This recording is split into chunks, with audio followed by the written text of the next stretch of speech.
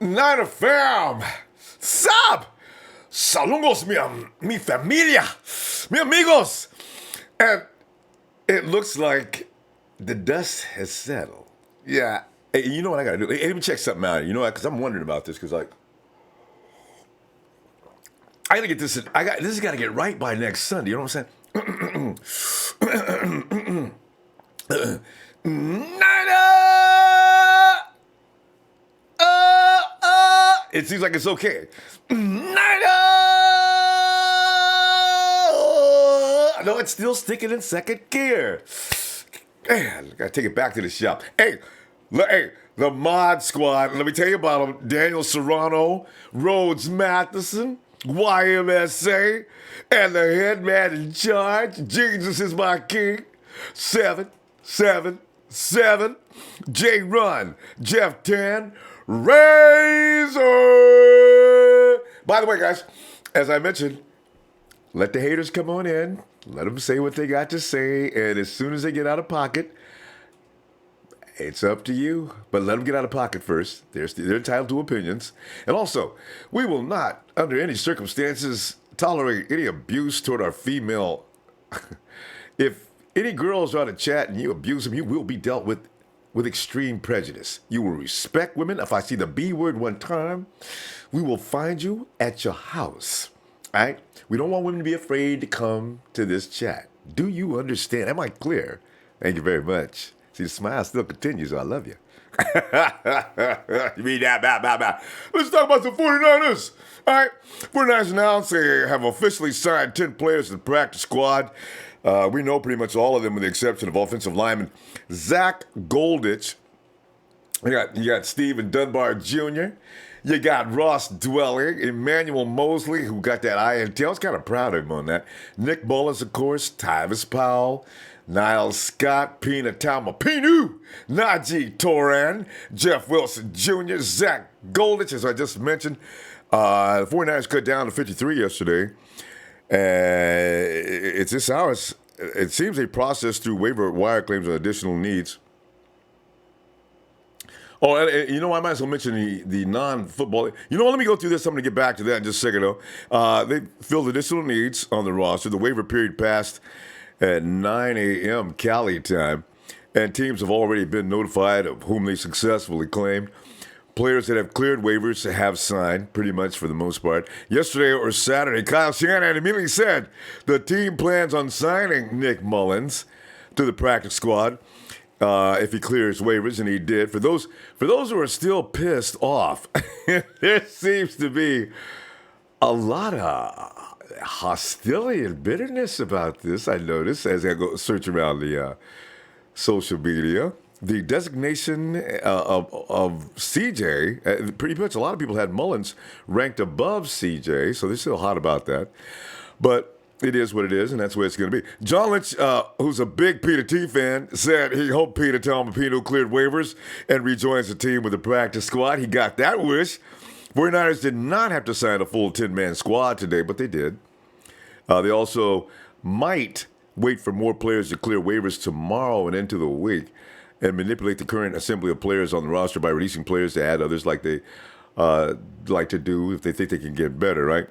But as I mentioned, the 49ers did add one 49er offensive lineman, Zack Golditch. He's 6'5", 295, from Colorado State to the practice squad.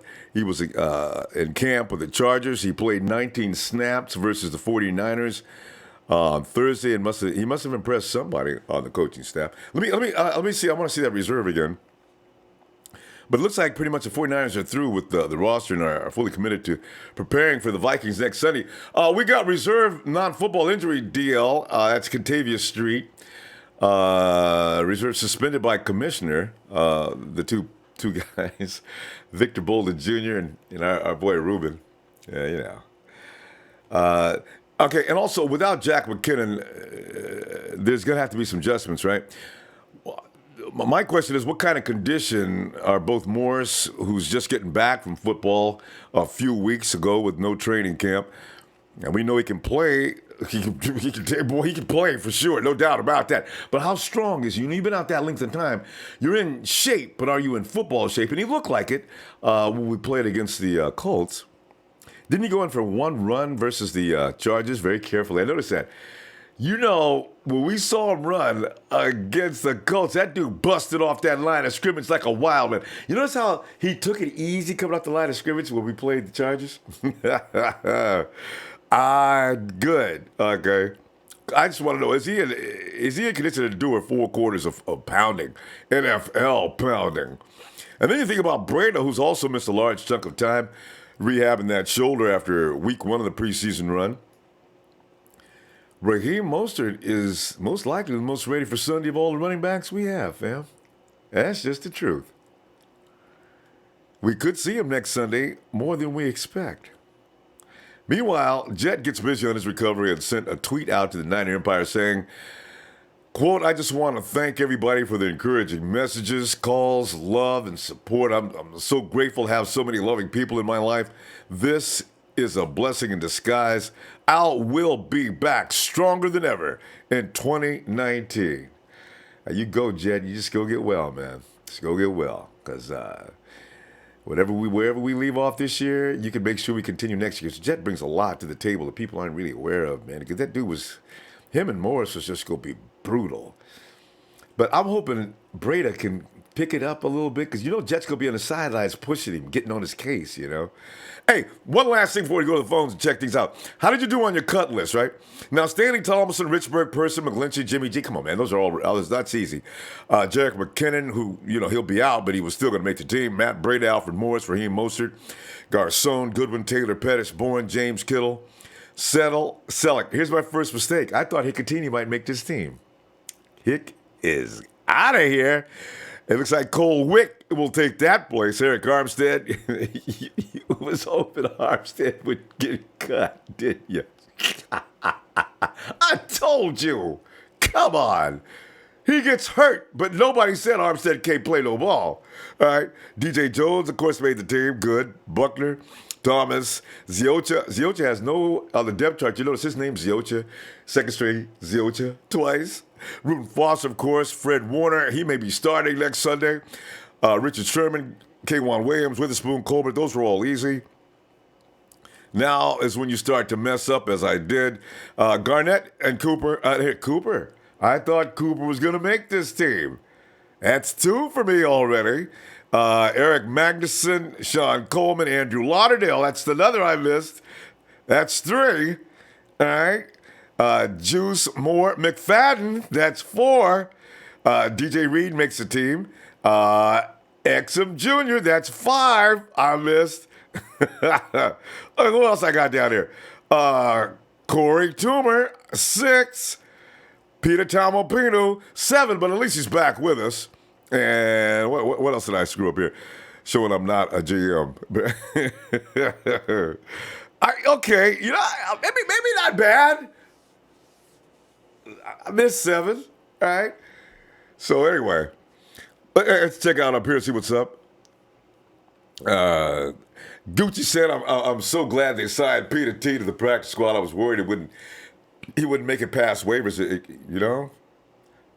Some of these things, we may see players come up missing within the next 2 days, too. They have all week to work on this if they want to, so could be that way as well. Rod Manhammer, what's up, man? Smith Essence, McFadden, McNichols, all that's missing. Ooh, I didn't have him picked. I knew McNichols was going to make it, though. Curtis McLeod. I bet. Ooh. Tyvis Powell got signed back to the team. WTF. Whoa, why? You could have kept McFadden if you could keep Powell. I think that's a glitch, a mess up. Somebody's wrong decision on that one, all right? Valos, what up? Mi familia. And Wacko Wilco. Hello from Australia. What's going on, Wacko Wilco? My 0724 this time next week, we'll be smiling in the bed crying. Smiling or in the bed crying. Smith, something is really missing with this team, a pure edge rusher. The Rams don't have a pure edge rusher either. You know what? There are things you can do to make up for that. Unfortunately, you don't want to have to do it, but the 49ers can do a lot of things to make up for that. And they look good last couple of games. The rush looks like it's coming around. It seems to take it step by step. But quarterbacks were not kicked back, relaxed behind that line of scrimmage in the last 2 games. So I'm feeling good about that. Clark Kent said, "What's cracking, my Niner fam? Jersey Joe in the house. Sup, JJ?" Smith asks, "Hope Peter T comes off that P squad and becomes a real edge rusher." I do too, man, because he's got the speed. He's just got to get some technique down a little bit. Clark Kent heard we re-signed Mullen again. Yes, we did. Big heck. You know, I got to save it, man. You know what I'm saying, fam? I give you that holler later on. Andre Smith, sup? Cash Money, I am a hater. John Higgins, what's up? Ronbo at Niner Empire. Adam Carrillo says, "Come on, Niners, go get Tevin Coleman." He knows. Is Tevin Coleman available? Did the Falcons get rid of Tevin? No way. No. You mean a trade, I guess. Falcons would be out of their mind to get rid of Tevin Coleman. I don't think that's going to be available, ma'am. Robolox2296, happy they brought Dunbar back. He'll be on the roster next season. Could be. Butch Dye from St. Lou to you. Yeah, what's up, Butch? BMC McFadden not being re-signed to the practice squad is a bit surprising. Same here. And you signed Tyvis Powell. He has potential. I'd take him over Greg Maben. I tell you what, even if not over Maben, you take him over Powell. And Eric Tavares, what's up, man? Vincent Johnstone, I would roll over and die happy if we somehow drafted Nick Bosa and signed free agent David Johnson. Oh, David Johnson would fit in this offense probably even better, and I know he would. Better than he would do better than McKinnon. This is the kind of guy Kyle's looking for. A brute on the run game. A guy who can come out of your backfield and run routes and get the ball. See, this is what the essence of Shanahan football is about. You got to have that diverse running back that the DC cannot figure out what to do. Right? John Haynes, we just can't shake Tyvis Powell. I didn't know. Fellows, what's up? King Jacob, what's up? What's up, fam? Shaking my head about McKinnon. Mark Lacilento says, "Yes, my boy Emmanuel Mosley is with us. Life is good." Yeah, I like him, man. That dude, he's got real potential. Avatar Singh says, "Will they sign any other running back?" Because we only got 3, actually. We got Jeff Wilson on the practice squad, so I'm not sure what's going to happen with that. Spy Richia. Is that right? Spy Richia. That means Spy. Oh, is that Spirit? No, okay, anyway. What's up, Niner Empire? Jimmy G owns the NFC West. I agree. He will soon demonstrate how that's so true. E.J. Hunter, why is Powell still hanging around? That is the $1 million question. Why? I have no idea. And did I have one more? All right. And let's go to Rochester, PA. There's a Rochester in Pennsylvania. 724 is your area code. What's up to Rochester? Ronbo. Yeah. What's your name? Hey. This is Trav, man. Travel Babble. Wait a minute. Did you say Trav? As in Travis? Yes, sir. Travis. Yeah, this is Travis. We've spoken before. Trav, yeah, you got coming in on a new ID. It's okay. Yeah, we have. If it's Travis Merlot, or you call it Trav.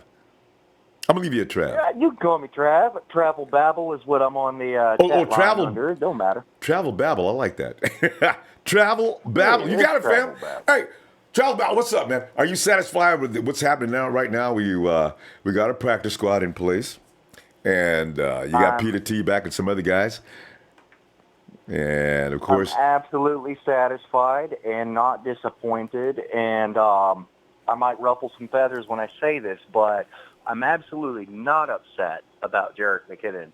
I was very, very apprehensive about the guy. I thought that I see Kyle Shanahan's plan, and I see how he wants these guys to be out flying around and catching balls and everything. But I kind of miss the Frank Gore, the Carlos Hydes, the guys that can just bull rush and cause that just right up the middle type thing. And I know we're running the outside zone scheme, but I'm thinking Alfred Morris is going to be the shit this year. You really do? Really believe in him. Because I was going to say, Alfred Morris, I put him above Hyde, not quite, of course, Frankie, but that dude can get it done. This is a guy that falls forward. This is a guy that knows how to find creases and seams and holes. Carlos was kind of okay at that, but not to this guy's level. So I think it's like last year's team with a better version of Carlos Hyde with Breida. So I'm kind of thinking we might be okay. In this scheme, of course. You know what I mean? But I mean, everybody's seen it different. Absolutely. I 100% agree because I believe that it's the perfect balance between Alfred Morris and Matt Breida. Yeah. I think that Matt Breida can take the place of Jerick McKinnon and do just as much, maybe not as well, but I believe it's going to be that tandem. And I think that Alfred Morris stepping in is going to be the shit. And I truly believe that we're in no harm. Yeah. Like, I think that we're going to go into Minnesota and we're going to destroy them. Yeah. I believe it. Yeah. I like that. And many just have the idea. We have more weapons than just the running backs, too, Travel Babble. That's what I like. See, it's not just about one running back. Oh, I know. I'm all about the fantasy football right now, and it was very hard for me not to draft every single 49er wide receiver we had. And you be doing right, too. It was very hard. But Jimmy G? I laugh because all the people in my league, they're drafting Marquise Goodwin, Pierre Garcon, Trent Taylor. They're drafting everybody, and I'm thinking, good job, because you're going to get points. TB, it's because of Jimmy Garoppolo's ability to connect. He's that kind of quarterback. He's going to spread the wealth. If you got these guys on your fantasy, you got points racking up like crazy because if Garcon is hot, Jimmy's going to feed him. He's not going to feed him so much, though, that the defense latches on to him. He's going to start hitting Marquise Goodwin. He's going to get Taylor's going to be involved no matter what. I would also guess that you're going to see a lot possibly this year of Dante Pettis. There's another guy that people said, don't sleep on Pettis. He may be sitting down a lot, but he's going to be out there a lot as soon as he gets acclimated to the NFL. Yes, sir. And don't forget that Richie James is also another candidate. Step in the place of Jerick McKinnon. I forgot we're in no trouble. We're in no trouble, Ronbo. I promise you, man. I believe we go into Minnesota week 1 and we shock the NFL because everybody was saying that you got to have Jerick McKinnon storyline. Yeah. You don't need that. No, we're going in there. We're running right up their throats. Jimmy G is going to handle his business. Yeah. And we're going to take care of things. Yeah. And Travel, mention the defense because the defense is not going to be the sad sacks people think. I've seen some things in the last 2 games that make me realize Chris Kiffin has got a beat on this matter. He's starting to change that defensive line. They don't look pathetic as they did last year. I mean, Andrew Luck was getting on his horse all day that day. Geno Smith was running they've got to figure out when those guys get flushed out, what's step 2? Because they're flushing them out. They need to put some Velcro on their gloves. That's all. That's all. We got the quarterback. We need to take him down. That's it. Yes. Dang it. Yeah. Missing the tackles things. We'll get it. Robert Saleh has our back. I see a very good season coming up. My guess is 10-6. I say we split with the Rams at 10-6. That's me. My opinion. But I say go Niners all day. Ronbo, I appreciate you letting me call and being the caller number 1. That's awesome, man. Thank you very much. Babble. And, appreciate you, fam. Yeah, man. Good to talk to you again, and I'll be listening for the rest of the night, man. All righty, because we'll be back tomorrow in case something crazy happens to talk about it as well. It's time to play football, man. All right, Travel Babble. Talk to you later. All right, brother. You guys all at Niner Empire. Have yourselves a good night. Yeah. Thanks, fam. All right, bye-bye. We're going to hang out on the East Coast as much as we can. It's late. We realize that. You got to get up and go to work tomorrow. And let me give him a hollow in here. It's, I get a few tonight.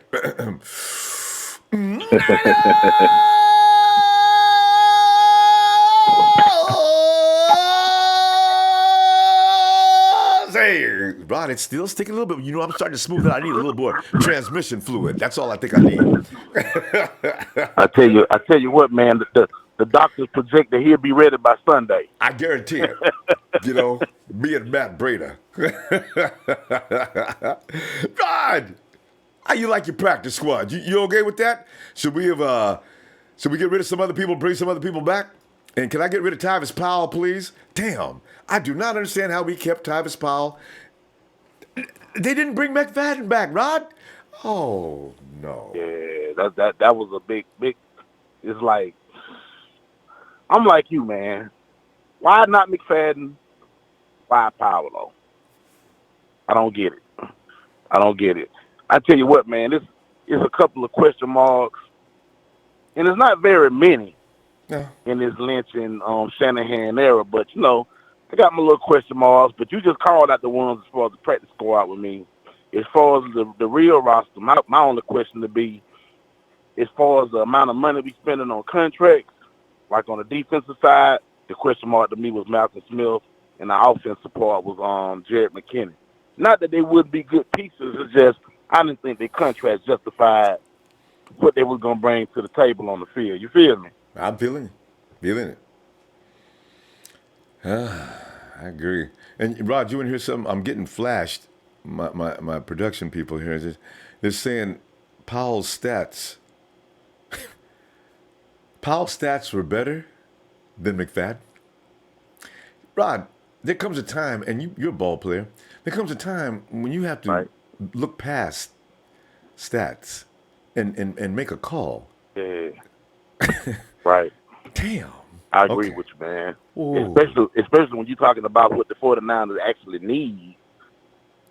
I just felt like McFadden, in my estimation, made more sense as far as his versatility versus he would have been backing up, Jarquez Tart. So you know what I mean? Yeah.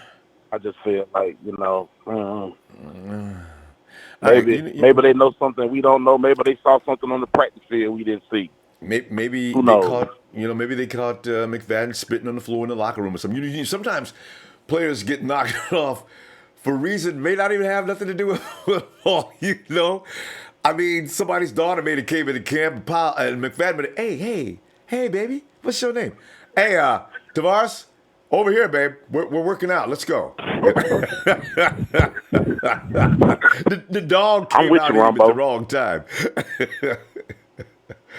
I tell you what, man, we gonna get a lot of these answers in the next couple of days. But, yeah. Because it ain't man. It seems like the closer we get to the regular season, the more you feel you have to be realistic and say, well, okay, we left last season on a 6-game winning streak, and we got some more pieces to the puzzle, but you just have to ask yourself now, okay, we are the only team that got better this off season, so I know, right? Like the last guy, he said 10-6, and I'm thinking like him, man. It's like a lot of people were talking maybe 12-4, some 13-3. I don't know, man. I might say 11 will be pushing it, but I'm gonna keep it between 10. 9 and 10, man. But I'm thinking this way too, Rod. Last year, the way they came stumbling down that last 5-game stretch, this is about the 49ers capturing that spirit of we will not be denied. Now, obviously, since last year, the team has been improved like 100%. Right? Because you got people that are coming back on the roster. You got some new guys that are even better than some of the guys we lost. You got Jimmy G with a whole period to learn the offensive system along with his receivers. This is like a 100% turnaround, better than that team that came down the stretch and won 5 games. And you got Kyle Shanahan, who can now manipulate a defense like nothing like he could last year. It would seem, when you look at how many games they won coming down the stretch with that ragtag crew and rehearsing plays before the game, now it's all about we are a machine. If you think about it, they should go 16-0. But, realistically, like you say, some teams have gotten better. And even though 49ers have taken a huge leap better, it's still football. Right. Anything may happen. You're absolutely right, man. I tell you what, though. I mean, I guess the thing that I can say the most, I think the most, they haven't really put us in any danger as far as just getting guys that unexperienced that they're just going to try. They haven't been really doing that.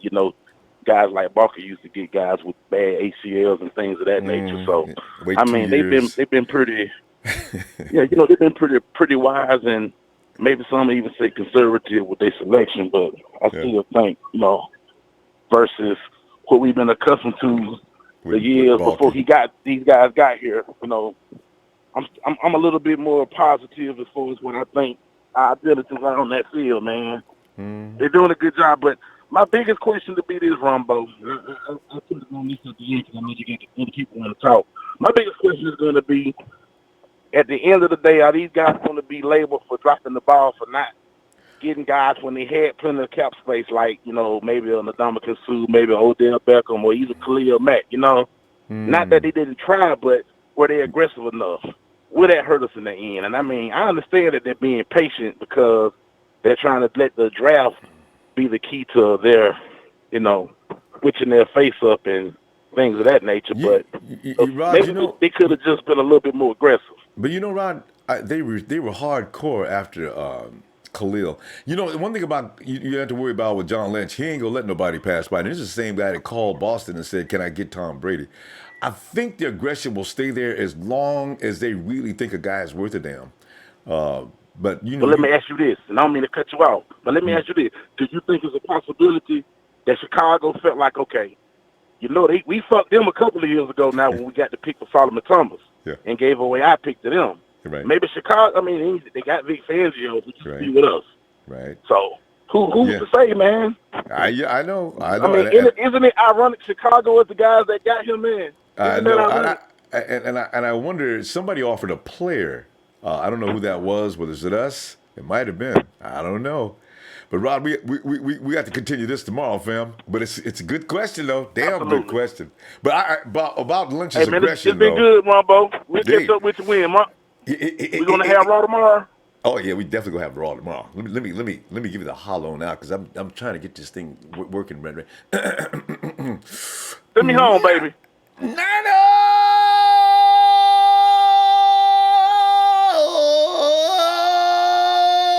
It's still sticking a little bit, Rod, but I'm telling you, I think it'll be okay tomorrow. All right. Hold down, Ronbo. Peace out now in the Empire. Hey, fam. Have a good night. It's Rod out on the east, southeast. And,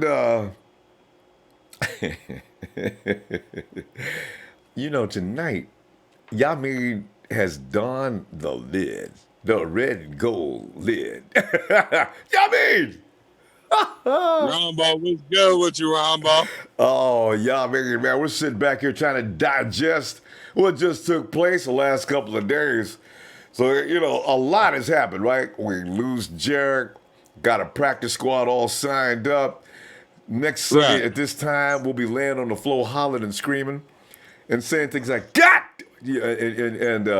But, yeah, I mean, we got just as good a chance to win that game next week when you think about everything. 49ers are stronger than they were last year. It's only a matter of do they still believe? Because, face it, that last 5-game wins when they could not be denied, the 49ers insist on respect. I hope they still insist on that respect and come out there and beat somebody's ass. Ronbo, I think, well, number one, Ronbo, happy Labor Day, Ronbo. From PA to CA, you heard me? I heard. You know what I'm saying? Look, Ronbo, I'm going to keep it real. I hope that we can go to Minnesota and win in Minnesota. It's going to be a test. You know what I'm saying? Ooh, that's going to be a test. Whew. Right. Because, Ronbo, I do think, we're going to beat Detroit, our first, home opener. But I think our main focus should be on Kansas City and San Diego. Kansas City, see what I'm saying? Don't even worry about Kansas City. The Chargers going to be rough. No, because look, Ronbo, all all right, say, I mean, all right, I might be biased on this, but I know that I'm not. Like, you know what I'm saying? Because I do Well, believe that, boy, you said you might like, be. You wait. You yeah, ain't like, you biased. know what I'm saying? Because, like, I mean, like, I think when we go to Minnesota, like, it's a chance that we can win by 10 points, but then it's a chance that, it'll be a good game and we lose by 3 points. Because the 49ers don't get no blowouts. I don't care You what know the what I'm team is. saying? You notice that? We lose by 2 and 3 points Right, last year. And every game we was right. in, CJ had one hiccup against the Eagles. Yeah, we got killed by the Eagles. Washington barely escaped. Everybody I barely know got away until that's, Jimmy came. yo, listen, Ronbo. I love my city. They already know where I stand at. Number one, Rillardale, this is my city. You know Yeah. what I'm saying? The Niners, this my team. So Yeah. from PA to CA is grazed in my heart, is planted in the root. You heard Yeah. me? I heard. From 89 all the way to 2018. Now, Rombo, I think that no matter what happens on our first game, like you know what I'm saying, like I want us to win. But like if we don't, it's We're all gonna good. lead us to 5-1. I can see that. I can see that very well, actually. You know what I'm saying? And then from 5-1, we can move up to 6-2, 7-3. I like that. I like You that see what I'm pace. I saying? like that pace. Because if we get past the Yeah. first 8 games, Yabir, it gets a Right. lot easier. A lot easier. Home games, Right. teams that ain't that over 500 last year. Yeah, you're right. Right. Because, like Ronbo, I don't, like our schedule this year, like we can't rush it and we can't misjudge it. You see what I'm saying? Right. Like we gotta, go one game at a time. And health. You see what I'm Can saying? we keep 'Cause, everybody healthy? like we got the AFC West and then we got the NFC North. Like, you know what I'm saying? So, Aaron Rodgers, they doing their thing. Yeah, he's And scary. He's scary. I Look out for the Giants. I'm still worried about the Chicago. Giants. Whew. I know. I don't know, Rombo. Like when the time is right, then I'll chop at New York neck. Like, you know what I'm saying? Like, I'm focused on us getting to the 5-1 at first. Niner Empire, that's our goal. Rombo, let the Niner Empire know our goal is to get to 5-1, Yes. and then we can start counting shit. And not necessarily the Vikings, because I remember last year we played Jacksonville. The 49ers, as I said, I thought they was going to get just beat to death. 49ers came in and said, everybody thinks they're going to kick our ass. Let's go. And I think that team has got a personality and attitude now that Minnesota may be the best game they play all year. We'll see. Hey. Right. Because Rombo, you right. It might be the best game of the year, but it's a good thing that we do play them the first game of the year, then probably maybe mentally a December game of the season. You see what I'm saying? I see what you said. We got to stop on the phones and fill it up on me, man. I'm going to tell you what, I'm going to look for you tomorrow. And you got tomorrow off, don't you? Come on back. I'll make sure I log in, Rombo. All right. I'll be looking for you too. Like, you know what I'm saying? Rombo, I love you. Happy Labor Thanks, Day. man. Niner Empire, happy Labor Day. God bless. Patience. And I was listening to the T.I. joint, the California joint. That's my shit. You know what I'm saying? Thank God for the weed women in the sunshine, don't I? One time. Well, that's that shit. Like, you know what I'm saying? But Rombo, we got to go, man. I'm getting in all kind of trouble over here, man. Come on, man. We'll see you tomorrow, okay?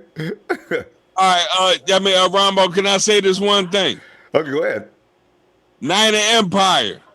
Our main goal, we focus on 5-1, and then we can move on to 10 and whatever. 5-1 all the way to 10 and whatever. Whatever. It You know doesn't what I'm leave with one saying? thing. It's 6. Y'all made 5-1 all the way to 10 and whatever. You see what I'm saying? Salute to my old head Ronbo. You know what I'm saying? Salute to all the women, the soldiers, the pimps, the hoes. You know what I mean? It's all love. You know what I'm saying? Yo. I'm out, Ronbo. I love you, Ronbo. Yay! All right, I love you, Ronbo. I'm out. Love you, fam. Have a good night. Yeah, man. Man, let's go to Psycho Sid. And we didn't change. We're Psycho Yamin, too. Sid, what's up? What's up, Ronbo? Sid, man, I'm telling you, we're already looking at the schedule. Next Sunday's coming up. Of course, everybody's getting crazy. I mean, it's getting scary. We got a practice squad already laid out. 49ers aren't going to waste any time working on that any further. They're getting ready for next. In fact, they shouldn't even been practicing Saturday during the cuts. If they didn't, we might still have our starting running back. And but they did, because Shanahan is, you can tell he's hell-bent, Sid. If anybody thinks the 49ers aren't taking this game against Minnesota seriously, they better think again. The 49ers are going in that game horns up, ready to throw blows. See right now, boy. That's right, Ronbo. I just want to bring up, do you remember what I said the last time I called in, Ronbo? What'd you say? I mean, remind me. What I said about Alfred Morris. Do you remember? Yeah. I kind of remember now. Yeah. I said Alfred Morris will be our starting running back near week 5. All right, by week 5. Ronbo, I don't think it's going to take that long. I think it's going to be sooner than that. Now, unfortunately, it came at the cost of an injury to a very key player, key player that we paid a lot of money to. But damn it. True. Ronbo, I predicted this. And it's a good thing, Ronbo, because we saw how well he ran. He was just making them look foolish. Ronbo, I can't wait. Mm-hmm. Mm-hmm. And you know the 49ers can't either. As I say, since last year, when people told the 49ers or looked at the 49ers as inferior, it's like I said against that Jacksonville game, even me, I said, oh, man, we got to put up a good fight. Just don't get embarrassed. Went out there and scored more points against that Jacksonville defense than any other team they played all season. What? What? So that's why Minnesota does not really scare me. Go ahead. I love about our defense that Adrian Colbert seems to be the lively one on our defense. Yeah, I know, and Ronbo, right? he's watching this Miami game. I don't know if you're watching it, Ronbo, but Miami's defense is looking tough. You know what? That's giving Adrian Colbert that extra juice. A former Texas Long, who I'd like to just bring up real quick. He transferred out. But Ronbo, this defense, I'm telling you, we're gonna make Kirk Cousins. We're gonna make a story in the media, Ronbo. We're gonna hurt Kirk Cousins so much. Yeah. If he can't come out of that pocket, he's gonna get hurt for sure. Oh yeah, I meant not hurt him in the pocket because I feel like he's gonna have 5 seconds, but we're gonna. No. That's too long. There's no way that Kirk Cousins gets 5 seconds in the pocket. But here's the problem, exactly, Sid. that's the problem. That defense, that crush is starting to happen. Richard Sherman's going to take a half a field away from him. He's going to have to stall and look. And he's going to have to find a receiver underneath. It's going to be interesting if he challenges Sherman. I can't wait. That's what I loved about the Colts game. I don't know if you were paying attention, but I watched the game at first, and then I rewatched it the second time around, and I was just watching Sherman the second time. Ronbo, the first 3 plays, they put all their wide receivers on the other side. Forced Richard Sherman. And you know what? It's not like Seattle defense. You see Richard Sherman, he was actually going to the other side, Ronbo. Sherman knows. Ronbo, if we have Sherman all over the field, that's dangerous, Ronbo. We are going to adjust to that kind of shift. They can put bunch formations on the other side all they want to. And I'm K'Wan Williams, Fred Warner. We got guys who can cover now. So go ahead. Yep, and what that does, Ronbo, that forces the receivers to run routes to the inside. Mm-hmm. You're going to want to run that route near Fred Warner, near Reuben Foster. Better not. Malcolm Smith? No, you're not. Mm-hmm. So, you know, it's 49ers are not going to get chumped, Sid. Not going to happen, man. I just, pardon this man over here. But, man, I don't know, Ronbo. I think we're going to create a media controversy that Kirk Cousins Is he understanding the offense in Minnesota? What happened? Is it a mistake? Ronbo, we're gonna make a story on Monday. I tell you, because Cousins looks like he's faking or something right now. He looked like ass. That last game I watched him, the Seahawks were all over his ass. I says, wait a minute, is he bullet? He can't be serious. You guys aren't gonna. I mean, I understand you're not gonna run any plays, but what? His whole career has been hit or miss. That's the big conversation with Kirk Cousins. Because people say he's good, but at the same time he can't be bad. Because in my opinion, I think Alex Smith is going to do better with Washington than Kirk Cousins. Because I take Alex Smith, his performance every week. Kirk Cousins could give you 3 picks. You don't know what you're going to get with Kirk Cousins. True. And when you have an intimidating force like Richard Sherman out on one side of the field, it becomes even more leaning toward that which Kirk is going to show up today. That's a good point. The same, Ronbo. As Yamin just said, if we just finish those first 5 or 6 games with it doesn't even have to be 5-1. It could be it could be less. But Ronbo, if we finish good, that's not good for the NFC West. That's not good. That's it, because that second half of the schedule is definitely ours to take. I've looked at it over and over, and I said, the 49ers can actually win those. It should be. I hope. I hope by that, because, man, if we don't do well in those first couple games, but even if we don't, Ronbo, this team is too close of a team I don't think that's even going to be a problem, Ronbo. But like I said, real quick, this will be my last thing before I say. Go ahead. If Jerick McKinnon, if it turns out he's injury prone or anything like that, or if he comes, Ronbo, there's a certain running back that plays in the area coming in the draft next year, Ronbo. His name is Bryce Love, is it? Am I saying it right? Ronbo, he's not a first-round pick. That's it, out of Stanford. He wouldn't declare this year. Because I wanted to do it out of SC. The other, Ronnie, I wanted him if we couldn't get it. I didn't mean this draft. I meant next year's draft. No, that's what I'm talking about. But I was talking about this year. If Bryce didn't declare, I said, we can't get Bryce, man, because that dude fits Shanahan's system, too. So, we'll see. Hey, Sid. And he'd be a second or third round pick, so let's do it. All right, Ronbo. All right, Sid. See you tomorrow, fam. All right, Ronbo. Yeah. And Sid, and in fact, Sid and I did have that conversation a while back about Morris. People don't know, man. Morris, don't get him in shape. What we saw was a fat, slower Morris. All right, let's go to the phone. James, come on, James. Hey, what's up, Ronbo? How you doing, man? Oh, man, I'm just trying to contemplate, trying to think ahead. It's an exciting time, It's like mind is going nuts here. God. And we already got everything in place. This time next Sunday, it'll be on and popping. Because I do believe we're going to be 1-0 this time next Sunday. And I can tell you one thing. I was a little worried about the Jerick McKinnon going down, the injury yesterday. But I'm more at ease now knowing that they put Jeffrey Wilson on the practice squad. I thought about you when I saw that. Yes. Because I'm telling you right now, I think Matt Breida's got something to prove because they went out and signed McKinnon and kind of overlooked him, but that's okay. He's got his opportunity now. But I still think Alfred Morris, when he finally gets in shape, will be that alpha dog for us.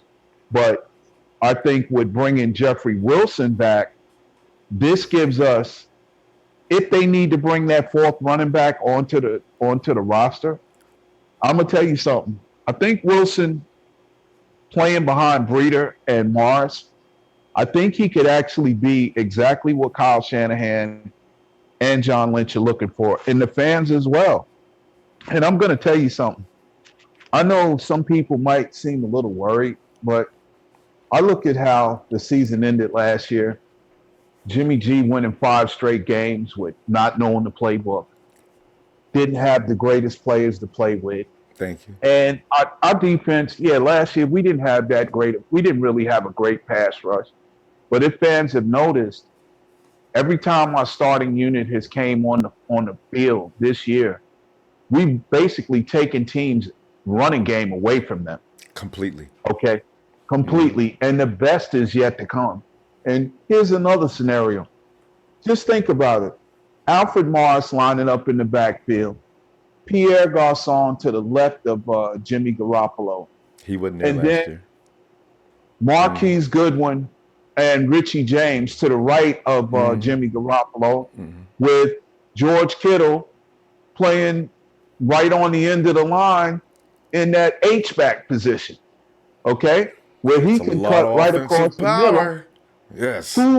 What defense is the LA Slams with Takib and Marcus Peterson? They'll be arguing with each other on the field like, hey, man, you got to cover this guy, blah, blah, blah, because nothing for nothing.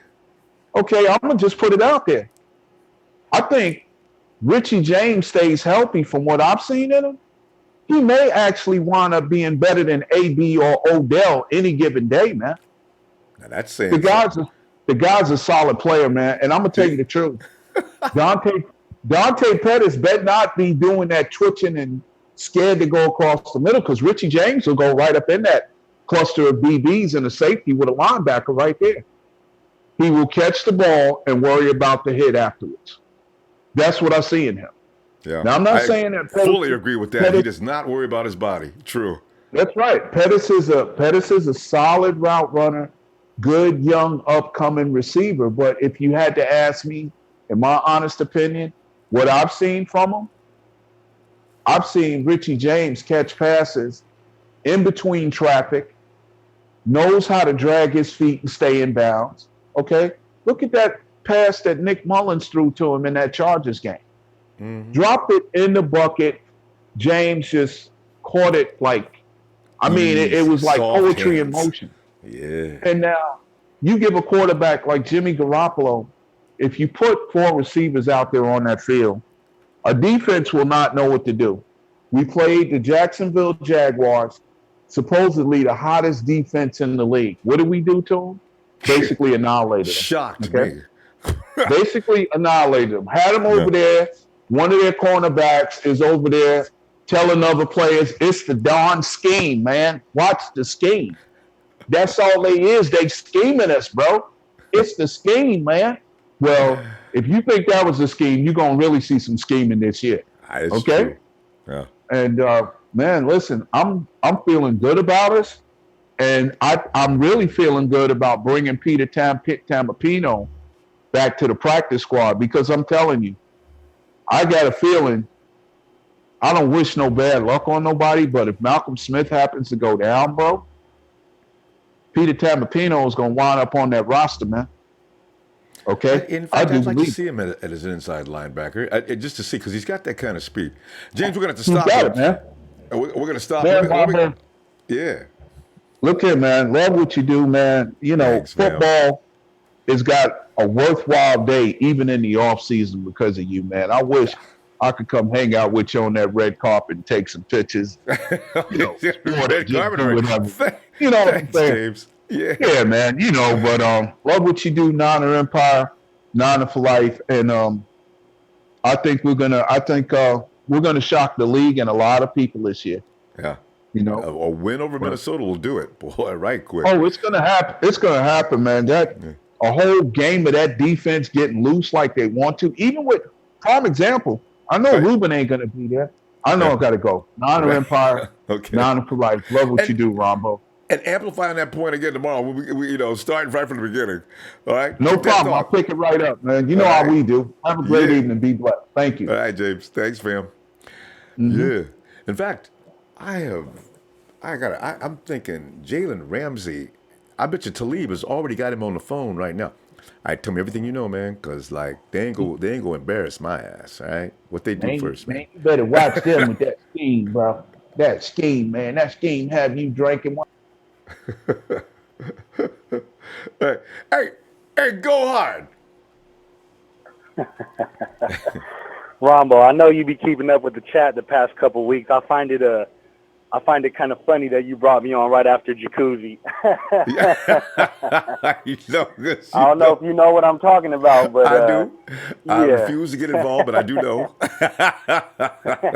You did that on purpose to me, didn't you, Ronbo? All right, but anyways, I was kind of late. I caught up with your show kind of late yesterday, right? And just hearing about what happened with McKinnon and Man. a lot of the questioning around if Breida can pick up the slack and everything, and I kind of just wanted to go in defense of Breida and just bring up a couple of things that I know a lot of us probably forgot about when we first drafted him. But I remember in one interview, Kyle was stating, Breida could have been a third-round pick if he would have came out, and I believe it was the 2015 The year before. season. He had a great year, exactly. Yeah. Yes. Yeah, he's he was alluding to that, they had a whole coaching staff change, the whole scheme change. They went away from Breida, and that's why he kind of had that down year, the year before he got undrafted, and that was a big part of why he felt that Breida went undrafted. But in Breida's sophomore year, he was averaging 8.7 yards per carry. He had 17 touchdowns, damn near 1,500 yards from scrimmage. And he followed that up in his junior year with 1,600 yards, 7.9 yards per carry, 17 touchdowns again. And, I don't know if everybody forgot, but remember that highlight where Matt Breida went out for that option route against Reuben Foster and shook that boy out his shoes? Oh, had him butt naked standing there, man. Worst thing I've ever seen happen to Reuben. Yeah, so, I kind of just wanted to remind everybody about that. I think he would be the reason why I think he'll be just as fine as the Jets, because we haven't really seen him do it with our offense yet. We can go back and to his Minnesota days and everything, but, it's a little different now, in the Kyle style. And, Good point. It wasn't really that much of a heartbreak to me when I heard what happened to Dude, because, like I said, I haven't really seen him do anything. I mean, he was getting buried in the back of the line of scrimmage, and it just didn't hit me as much. I got a lot of faith in Breida stepping up and being able to fulfill that role. And I know one person on here felt that block that got Breida hurt, that he just couldn't take it or Damn, whatever he had said. But that block was a perfect block. That was the way you execute the block. And I mean, you can't help but, a player's knee coming and crashing and hitting you against the head. You know what I mean? Like that's just the kind of stuff that happens in football. But that block was done to a T.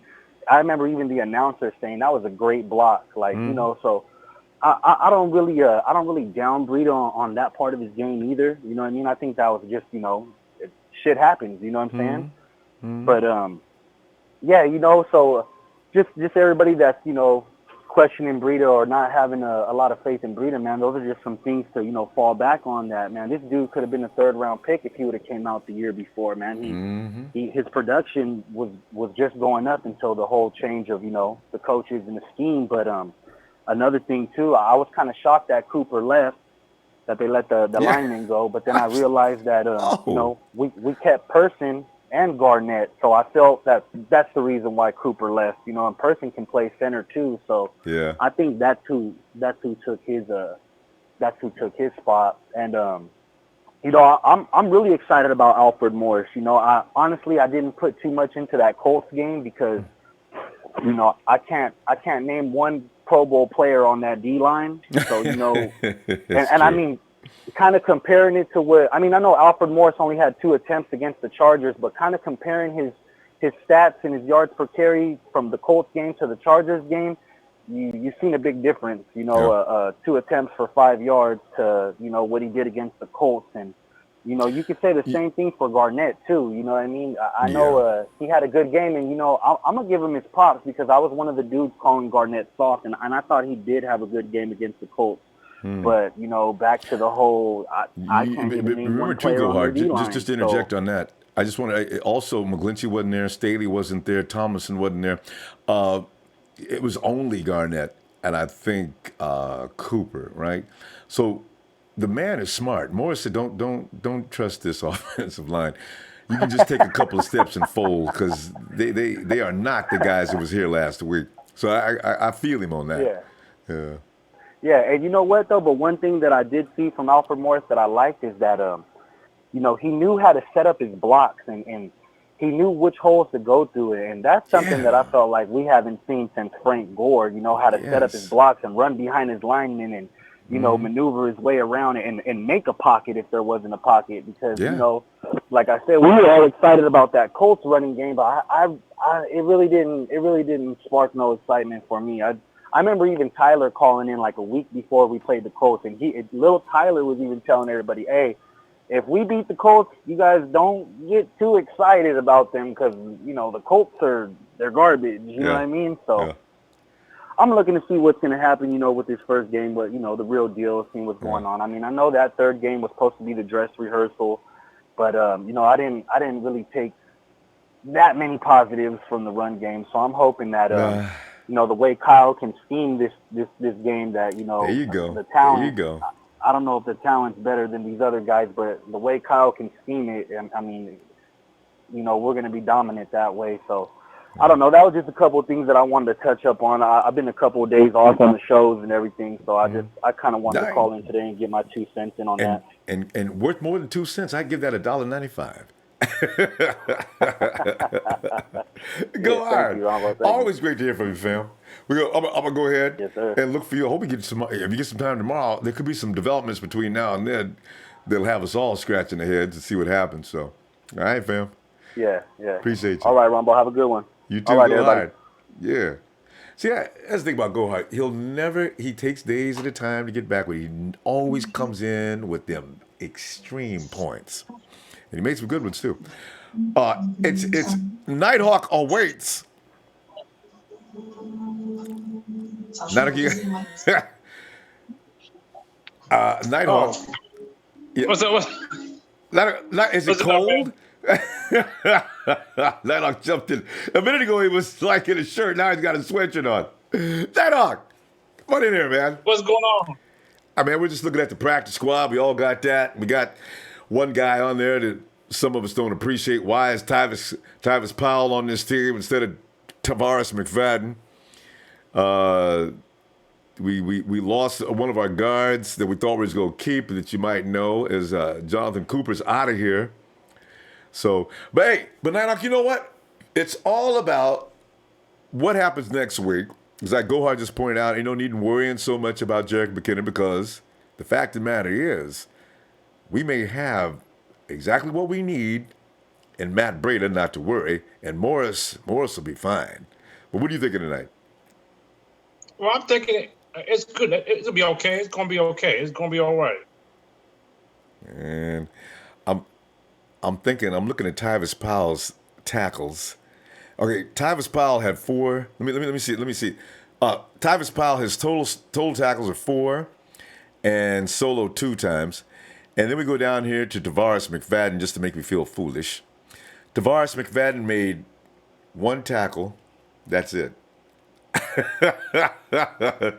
And he did that in the 49ers versus Colts game. So I guess Nighthawk 23-21. Yeah. Anyway, he made this 1 tackle in the Colts game. So anyway, I guess I'm wrong. Tyvis Powell outplayed. I think Tyvis Powell got more snaps than Tavares McFadden. No, that's my only problem. That's all I'm gonna say about that. Damn it. But about you, Nighthawk, you satisfied? Be, like I said, I'm happy with the practice card. Shanahan know what he's doing. I know. We'll be okay. Yeah. Hey, but next week though, I mean, what is going to happen in Minnesota? Are we going to dominate? Are we going to get beat? Are we going to squeeze by? Are we going to get beat by a field goal? It's Kirk Cousins' time. He can't throw but one side of the field. They're going to try to overload the other side of the field. Is that going to work? We're going to beat them. We handicapping them. And Nighthawk, even though people insist on ignoring, a lot of people insist on ignoring that the 49ers defensive rush hasn't changed. It has. It has a lot. Quarterbacks were not running out of that pocket last year. They were the last couple of weeks a lot. And that wasn't always the first string. Chris Kiffin's got something going on, Nighthawk. That's our new defensive line coach. Let's see if it fully develops between now and Minnesota time. Kirk Cousins ain't got that kind of mobility. Let's see what happens. Yep, cannot wait to September 9. Yeah. I can, though. Nighthawk, I get crazy watching football games, man. I know I'm going to be laying on the floor by the halftime because I know it's going to be close for the longest time. I see you go crazy. I see you go crazy sometimes. If I see the referees get involved, I know I'm going to get mad. Don't start calling that damn helmet rule, especially if it's really questionable and giving the Vikings 15 yards because they're playing in Minnesota. We don't ever get home cooking when we play either. That's another thing that bothers me. Nope. But like Anyway. I said, I'm looking for the season. Garoppolo's going to do his thing. Yeah. They ain't going to stop Jimmy G, and they ain't going to stop Shanahan. If there's anything that won't be stopped, it's G and Shanahan. Marquise Goodwin. Yep.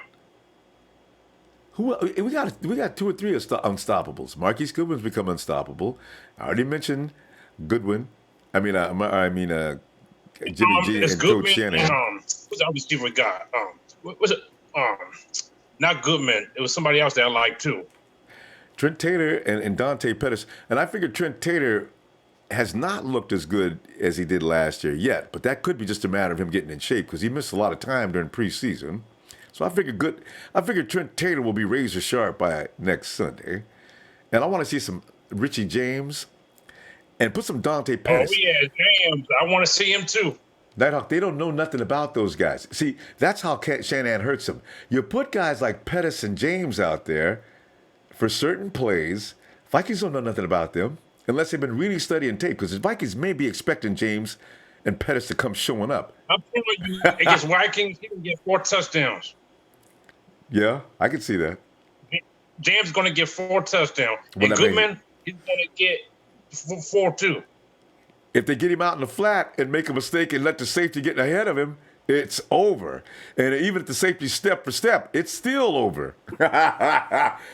As Yabe would say, yo. Yeah, like a wind. Like a flash, man. He's going to be gone like a flash. Anyway, tell you what I'm going to do, Nighthawk. That's his name, actually. Nighthawk, let me see you tomorrow, fam. Can you give me a shout out, man? You know I can.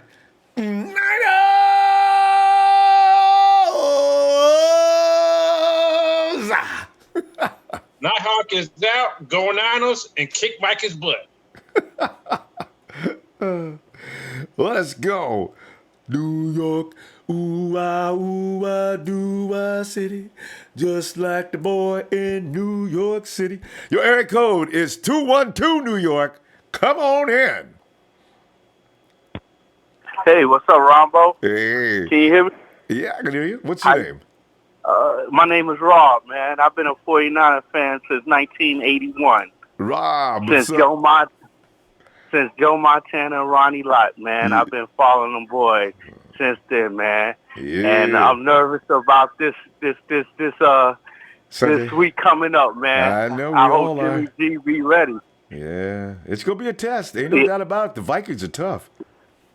Oh, yeah. My thing is, if we could just contain Kirk Cousins, because to me, when it comes to the pressure moment, Kirk Cousins folds. So if we could just keep it close and let Jimmy G have the ball at the last minute of the game, I think we could pull it out, man. Him and Robbie Gould? Yeah. Even for a 70-yard field goal, I'd put Robbie Gould out there because I know he's going to hit it. That dude is, man, he's something special. The only thing, though, Ronbo, I'm going to have to tell you, my younger brother Keith, he's a diehard Minnesota Viking fan, so I'm going to be going over there watching the game with him, with one of my fellow 49er fans as well, and one of my boys, he a Raider fan, so we all going to be watching the games together. Dang. You know what's really funny? Rob, you got a brother named Keith that likes the Vikings. I got a brother named Keith that likes the Vikings. Unbelievable. Oh, really? You serious? Yeah, Keith has been talking about his purple people eaters, the purple rush, for years. Even when it's getting beat. He's talking about, man, and last year we lost to Minnesota in the preseason. That's a good game, huh? Keith, you never call me, man. You don't even want to talk, and now all of a sudden you call me up and tell me about that preseason game. I'm hanging up the phone. Get off the phone. That's what you told him, Ronbo? I did, man. Nah, well, my brother, he's not one of those guys that's going to gloat unless you gloat at him first. But how he became a Viking fan because of Warren Moon. So he followed Warren Moon I forgot when Moon he even went to played the for the Vikings. Vikings. Yeah. Yeah, and not only that, he like what's the name that just got in the Hall of Fame that played with us. You know what I'm saying? So, Viking hey, play with us. I just hope we be ready for them boys Sunday, man, because I got a lot of. I've been talking so much mess at work, and you know I'm surrounded by Giants, Jets fans, Dolphin fans. Even them sorry ass Cowboys. Excuse me for my French. And then you got some wannabe front runners, Patriot fans here now, and then you got a bunch of Steelers fans here in New York. So I'm getting it from all area, bro. All areas. One thing I'm gonna tell you, Ronbo, the 49ers got a lot of fans all over the United States, especially here in New York. We got a bar down in Manhattan, New York, where they just showed nothing but 49er games. Good. And I mean, it'd be packed. Every Sunday. It'd be packed, man. Damn. But yeah, I'm gonna be calling you regular, man. Hey. We're gonna be celebrating next Sunday, Rob. Yeah. I hope so. From your lips to God ears, man. Yeah. I'm telling you now. Another thing, Nate Burleson, who be on Good Morning Football, he ain't giving Jimmy G no type credit. of props. I'm tired of him. I'm tired of him talking about, he only had 5 games. Not for nothing. I like Deshaun Watson, but Deshaun Watson only had 4 games. Right. But yet and still, he praises him like crazy, right? Hold up, Ronbo. But yet and still, they saying, the Houston Texans is going to be something very special. But now everybody's talking about, Jimmy G only had 5 games. People got tape on him. Like I was telling my boy Jerry earlier. Ramsey talking about, Jimmy G beat us because of the scheme of Shanahan. The only thing I could say to Ramsey on that, Jimmy G ain't had time to study the playbook. Now he had a whole year to study it. So to me personally, it was Jimmy G that won that game because he ripped them up. He ripped them up something terrible. And number 2, he ain't have time to study the playbook. So he made everybody else better. So can you imagine what he do now that he got a full off season with Shanahan, and hopefully, God willing, he just take it to the next level. Because to me, I think we got something special. I think he's the making of a new. He's a making of a new Joe Montana and a Steve Young. I'm going to put it out there. Elite. If people don't like what I'm saying, I'm going to put it out there now. I agree right with you, man. That is the elite potential. The things he does you're born with. You can't learn what Jimmy G does. So you gotta have it or you don't. And he's got it. And then not only that, I'm not going to hold you, Ronbo, because I know you got other people that are going to call in, but I got to say this. I had a dispute with my boy Jerry, who's a diehard Raider fan, and he tried to tell me if Jared Goff was on the 49ers, he could have did the same thing what Jimmy G did. I said, that's bullshit. I said, because Jared Goff had Curly. If you would have put Jimmy G on the Rams last year, I think the Rams would have went further. Yeah. You know what I'm saying? So, to me, I think Jared Goff, to me, he's overrated. Yeah. To me, he's another Matt Ryan. Exactly. You know what I'm saying? Perfect match. Go ahead, Rob. We got to go, but I fully agree. Yeah, he's not. Yeah, but we'll talk. Level. We're gonna talk. We're gonna talk again because I'm gonna call you again on your next show, man. But this is my first time calling you. But hey, this is Rob from Harlem, New York, who's a diehard 49er fan, and I'm gonna be calling you a lot, Ronbo. So I just want to let you know I listen to your show all the time, and it was a pleasure being on your show tonight. Thanks, fam. Rob from the legendary Harlem. Tell you what, man, I'll be looking forward to Rob. You got some time. All right. Oh, no problem. I'll give you a shout-out, Brother Ronbo. All right, Rob. Appreciate you, fam. All right, have a blessed one. Yeah. All right, you too, man. Bye-bye. Hey.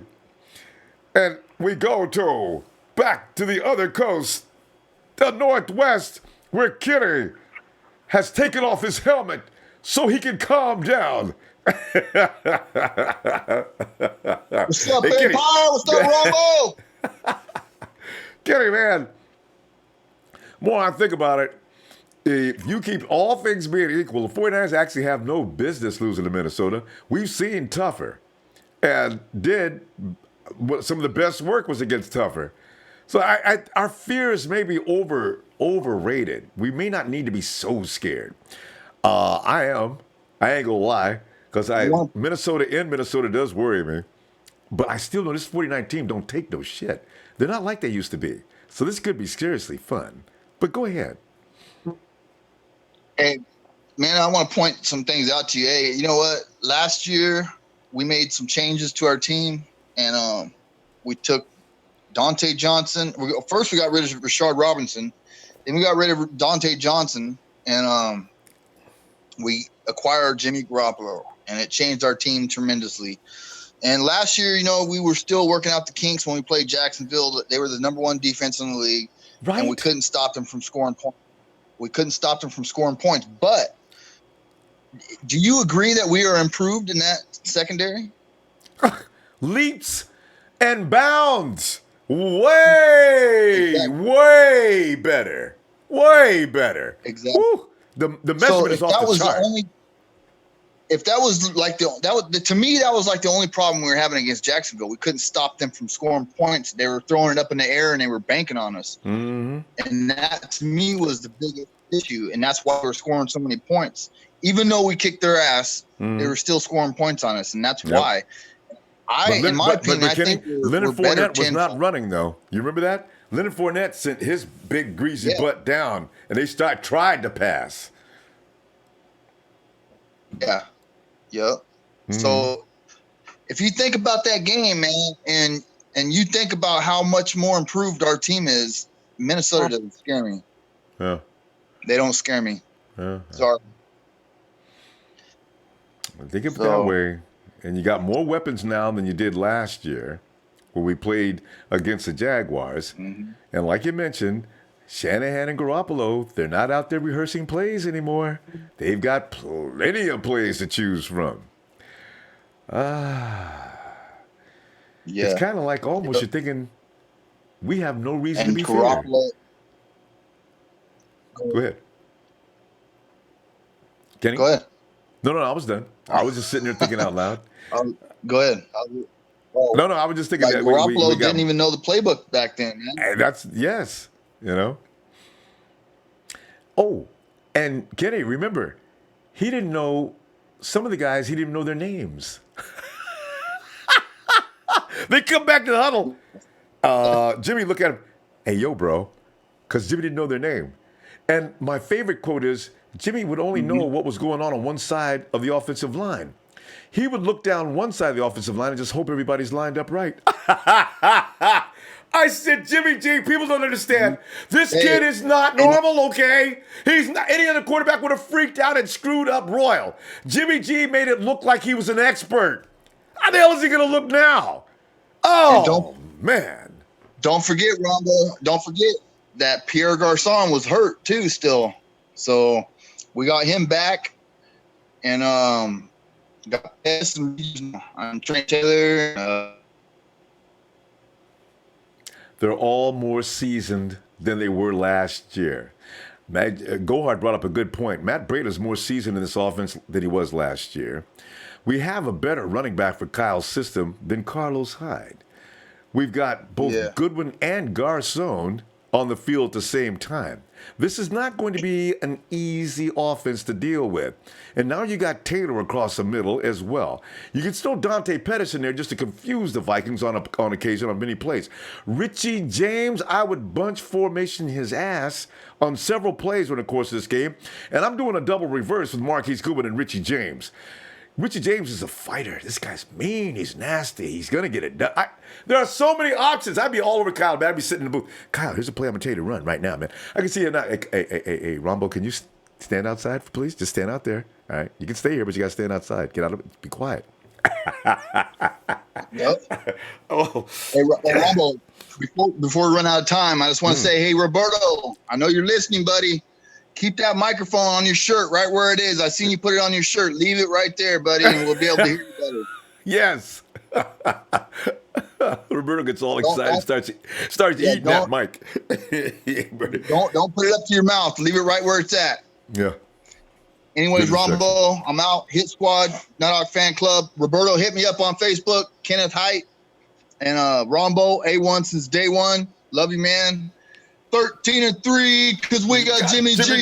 13-3 because we got Jimmy G. I got your rhythm now. Get her. Later, bro. And let's go to Salvador. 13-3 because we got Jimmy G. Keep it going. 13-3 because we got Jimmy G. Kenny's got a rhythm. You got to work on it to catch up with it. You know what I'm saying? yeah. You got to hit those high notes, those low notes. Kenny got it going. Hey, Ronbo, let me see. I was just looking at the 9 players we signed to our practice squad earlier. I was pretty happy about that. Notice those are all our guys too. Except for the one dude. I think they were all. Which one, dude? Yeah, we got a guy, an offensive lineman from the Chargers. What was his name again? Zach. Oh, really? Zach. He's an offensive lineman. We played against him. Did we fill up the 10 then? Yeah, we got 10 filled up right the 10 now. roster spots? Yeah, we got 10. Oh, but you know how that goes. They could drop one tomorrow or 2 and put another one back. Okay, that's good. So we got another lineman. I was happy we brought back one of the linemen, the Najee Toron. Yeah, from UCLA. Yeah. Yeah.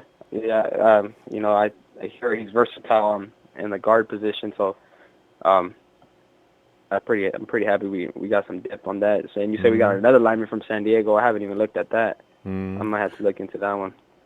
Yeah, I don't know anything about him, but I figure his name is Zack Golditch. I figure the 49ers must have been impressed because you went and got him and signed him as one of the guys on the top 10, the 10 practice squad guys. So what did he show him? I have no idea. I don't know. They probably looked at the film from that last game, and I don't know. He might have something going on. Couple good. Yeah. No, they got a first look at him up and close. Because Cooper's out of here. Yeah, that sucks. Sal? Yeah, I'm here. Yeah. My bad. Hey, go ahead. What else you want to add? Just getting into the 53. A lot of people already talked about, the Jared McKinnon, how similar he is to Matt Breida. I was kind of feeling that too. It sucks because what if Matt Breida?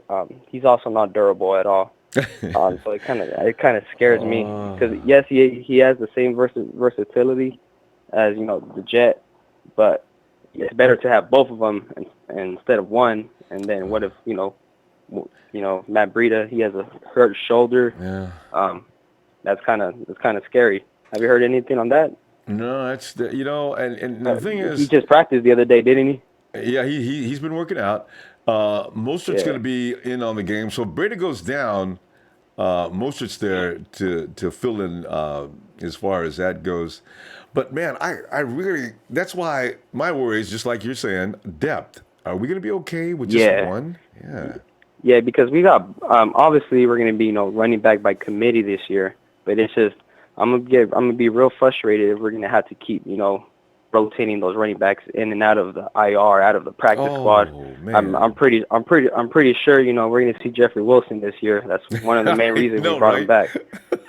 No, and there's nothing wrong with that because he did show some speed and some vision. Yeah. But it's kind of scary when you're when your running backs go down. So, hey, Ron, but good thing I picked up Alfred Morris in my fantasy league. How yesterday I had Jerick McKinnon. Yeah. I picked Morris, so hopefully he carries the load. He's more durable. He's going to be our number one running back, and Matt Breida can give him some breathers, catch the passes. Yeah. So can Raheem Mostert. Juice could carry the load. Some carries inside the 5. So running back by committee this year. That's how we're going to do it. Yeah. Breida may still be the man. It's kind of the way the conversation seems to be rolling is it's not assumed yet, but most of us think Morris is going to probably take over as the lead back probably by week 3 or 4. Dude, Morris was Breida looks like. Morris was like a 1,000-yard running back though with this system. So that's true, why not give him the touches? But remember, Matt Breida, is really, until they changed systems in Georgia, Matt Breida was a badass. I mean, this dude breaking through the line of scrimmage, and once he gets out in front, if you miss that shoelace before he gets ready to step, he's stepping all the way. That dude can fly once he gets loose. So we'll see what happens. He should look better this year than he did last year. Did you see any college football yesterday or today? No, I haven't watched the college ball, man. I really never get a chance. Okay. Did you see anything you like for next year to draft? One of the Bosa brothers, Nick Bosa. Oh, Nick was. He was destroying. He's technical. The thing about those brothers, they're all about technicality. They're technical, and the way they use their hands is pretty fun to watch. They say he's better than Joey. Better than Joey. Yeah, I mean, if we need a pass rusher, we couldn't get Khalil Mack. Let's use the same tactics. Obviously we're gonna throw draft picks, so let's go get our guy next year. I was trying to look at one of the Michigan guys, Coach Harbaugh's guy, Rashawn Gary. They got kind of outmatched that game. I couldn't really get a good tape on him, but the season's long. There's a lot of something about this draft class is nothing but pass rushers in the top 10, so we got to go up there and get our guy. There you go. Sal, we're gonna pause. I'll tell you what I want to do. Let's get into that tomorrow because this is an interesting subject too, man. Who's coming up? All right. All right, Sal. Okay. All right. See you, Ronbo. All right, fam. All right. Lay off the hollers. I hear you struggling, Ronbo. I'm keeping it down, man. I'm keeping it down. I can't because my second gear is sticking. All right. We're gonna give you unnecessary flags, unnecessary hollers. All right, Sal. All right, then. Good night, Ronbo. Yeah. Taya, and I want Bosa, but we got to trade up to get him. Hey, is it Mel? Hey, Mel, what's up, man? My man, what's going on, Ronbo? Mel, man, we're watching things just turn to, I figure the 49er gods are looking down on us. I got a feeling what looks like is bad news may not be. But what were you thinking? I was just about to ask you the same thing. Is there any update on how serious the injury is? Oh, he's out for the season. He tweeted already. Done? Oh, he's done for this year. He tweeted to everybody. He will be back. He said, thanks everybody for the love and concern. But he says, I will be back stronger than ever in 2019. So, yeah, he's out. Man, oh man, but that does not help us now. No. This dude, what's going on with the durability in the NFL these days, man? He did that. There was no contact involved. He was doing some kind of air cut from the way they described it and landed kind of strange. And, of course, ACL, just like Deshaun Watson last year. Nobody touched Deshaun, and he just tore his knee to pieces. So it just happens to some guys. Yeah, the majority of ACL injuries are like non-contact. You're right. Yeah, but that's crazy.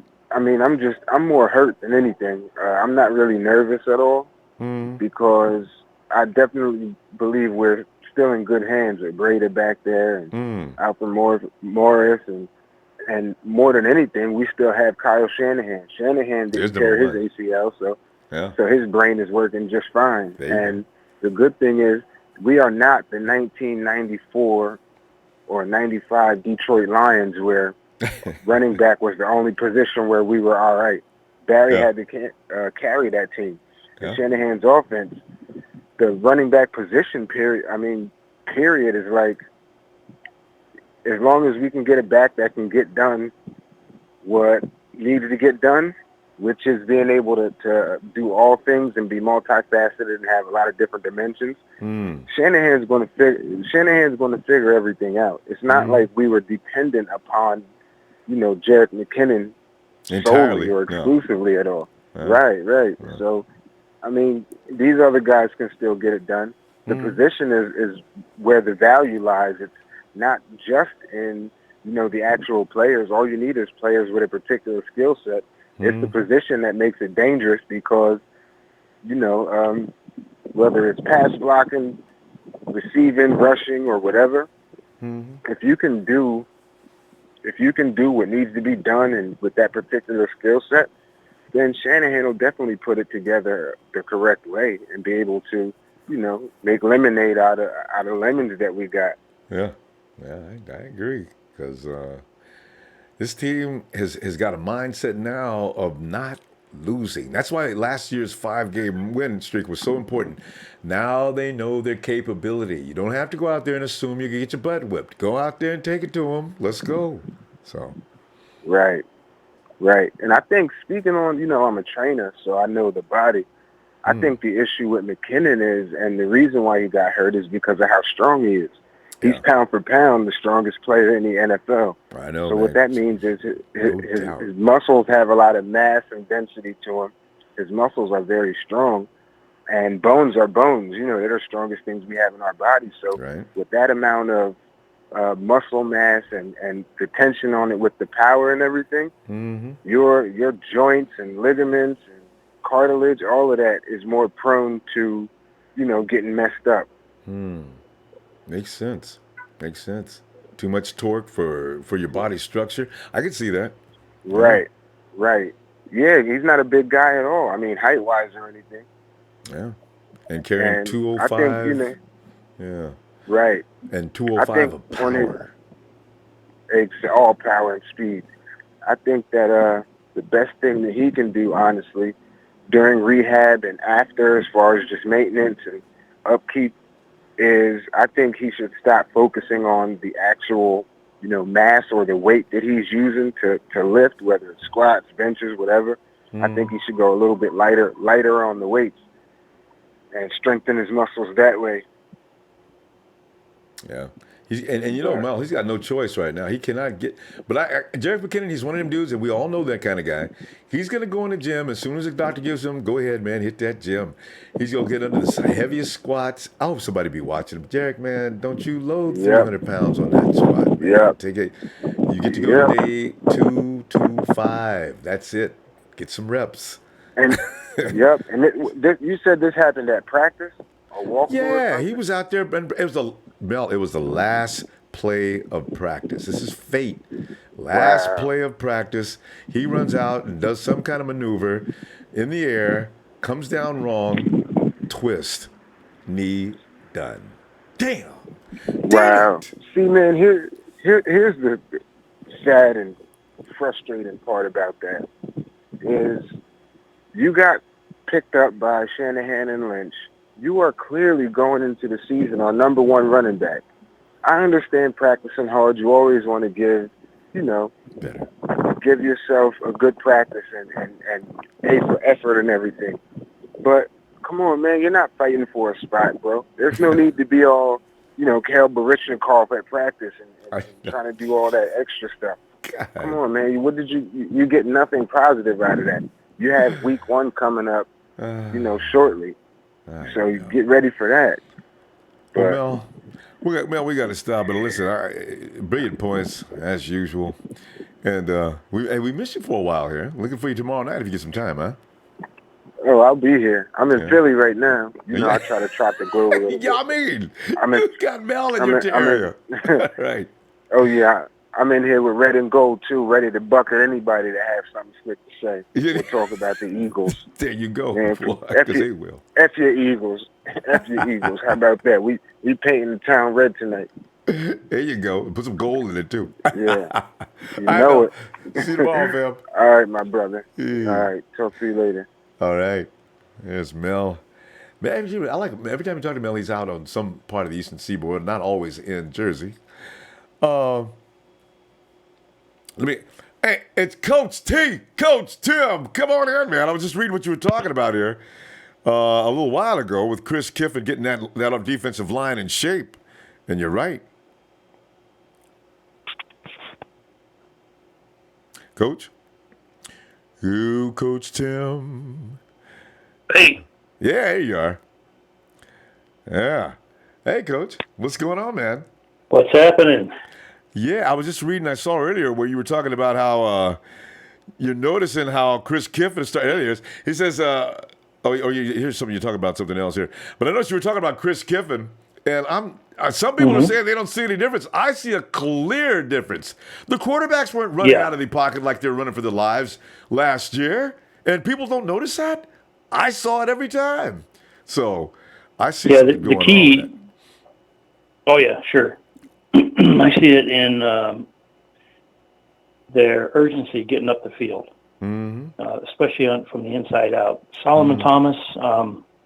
One of the things he said in an interview on the sideline after that fantastic half he had in that last game or two there was he's not thinking anymore. He's just going. And that's what these guys need to do, and that's what Kiffin is teaching. He's saying, look, it's a simple scheme. Gap integrity. Stay in your gap. If you're going to stunt, you've got to cover the gap. So when an end comes inside and the tackle loops, the stunt outside, the tackle's got to stay in his lane. You can't let the quarterback outside the pocket, and that's what we did on those quarterback runs. We didn't contain. So that's an easy adjustment, trust me, with a defensive line, because we had that issue when I coached, and I ran a bear defense. And we did a lot of slanting and stunning, and we had the same issues. Guys would get out of their lane, losing or gap integrity, and then we end up giving up a big play. The minute we took care of the gap integrity, we shut teams down. They couldn't run the ball. They couldn't pass the ball. Quarterbacks were, instead of the quarterback looking downfield when he was back there, he was looking at the pass rush. As soon as that happens. Because we were getting home. Yeah. But I got, as soon as those eyes I got an drop, interesting now you thing, got though. Oh, yeah. It's just, got to corral them. If a good pass rush, you're not always going to get the sacks, the numbers. The pressure. But if you're pushing, and we got the guys to push inside and contain. If we contain and push inside, our secondary will take care of it. Oh, God, yes. Because we have some great guys playing corner, two good guys with Sherman and Witherspoon, and we've got some fantastic nickel backs. K-Wan is outstanding. I think Jimmy Ward is going to move back to the nickel, and he'll switch off and play some safety probably as well. But he's a nickel corner. That's his deal. So let him play it, and he's going to be fine. But K-Wan's going to be key because we're going to see a lot of 3 and 4 wide receiver sets. Because you're not going to want to go deep. You're right. You're absolutely right. Yeah. And we're not going to – Foster's not going to be in there the first 2 games. So Minnesota and Detroit are both going to run spreads on us. I know. We probably won't even see a 2-back offense from either one of them. It'll probably be single back. Damn it. 4 wides. But Coach, how do you think Fred will do? How will he adjust? Because I think Fred may be ready. I think they're prepping him for it right now. Yeah, I think Fred could get, I don't know if he'll get the start because Coyle does have the experience. True. But I think Fred's going to be in there on nickel downs. He's going to come in. Because that's one thing, Coyle, even Smith, they're not great coverage backers. No. But when you go to nickel, you can bring Warner in, and he can play that inside backer spot. He can be the rover. And that's really what he's made for. God. That should be Ruben's permanent job. You are the rover. I'm not calling you a Will or a Mike or anything else. You make your decisions right there. As soon as you see that offensive lineup, do what you got to do. Oh, yeah. And there's one thing I want to say about this Minnesota game coming up. They are beatable. I went back and I looked at the two of the losses they had. I think they had 4 total on the year. But in 2 of the losses I looked at, one of them was against Detroit. It was kind of a scoreless, kind of blah game. Nobody was really playing well. Second game or 4th game of the year. Detroit won 14-7. Okay. But in that game and the first game when they lost, I can't remember who they played in the first game, but yeah, the Steelers. Steelers kicked their butt. Yep. Now, they beat them 2 different ways. The Steelers obviously was a passing game.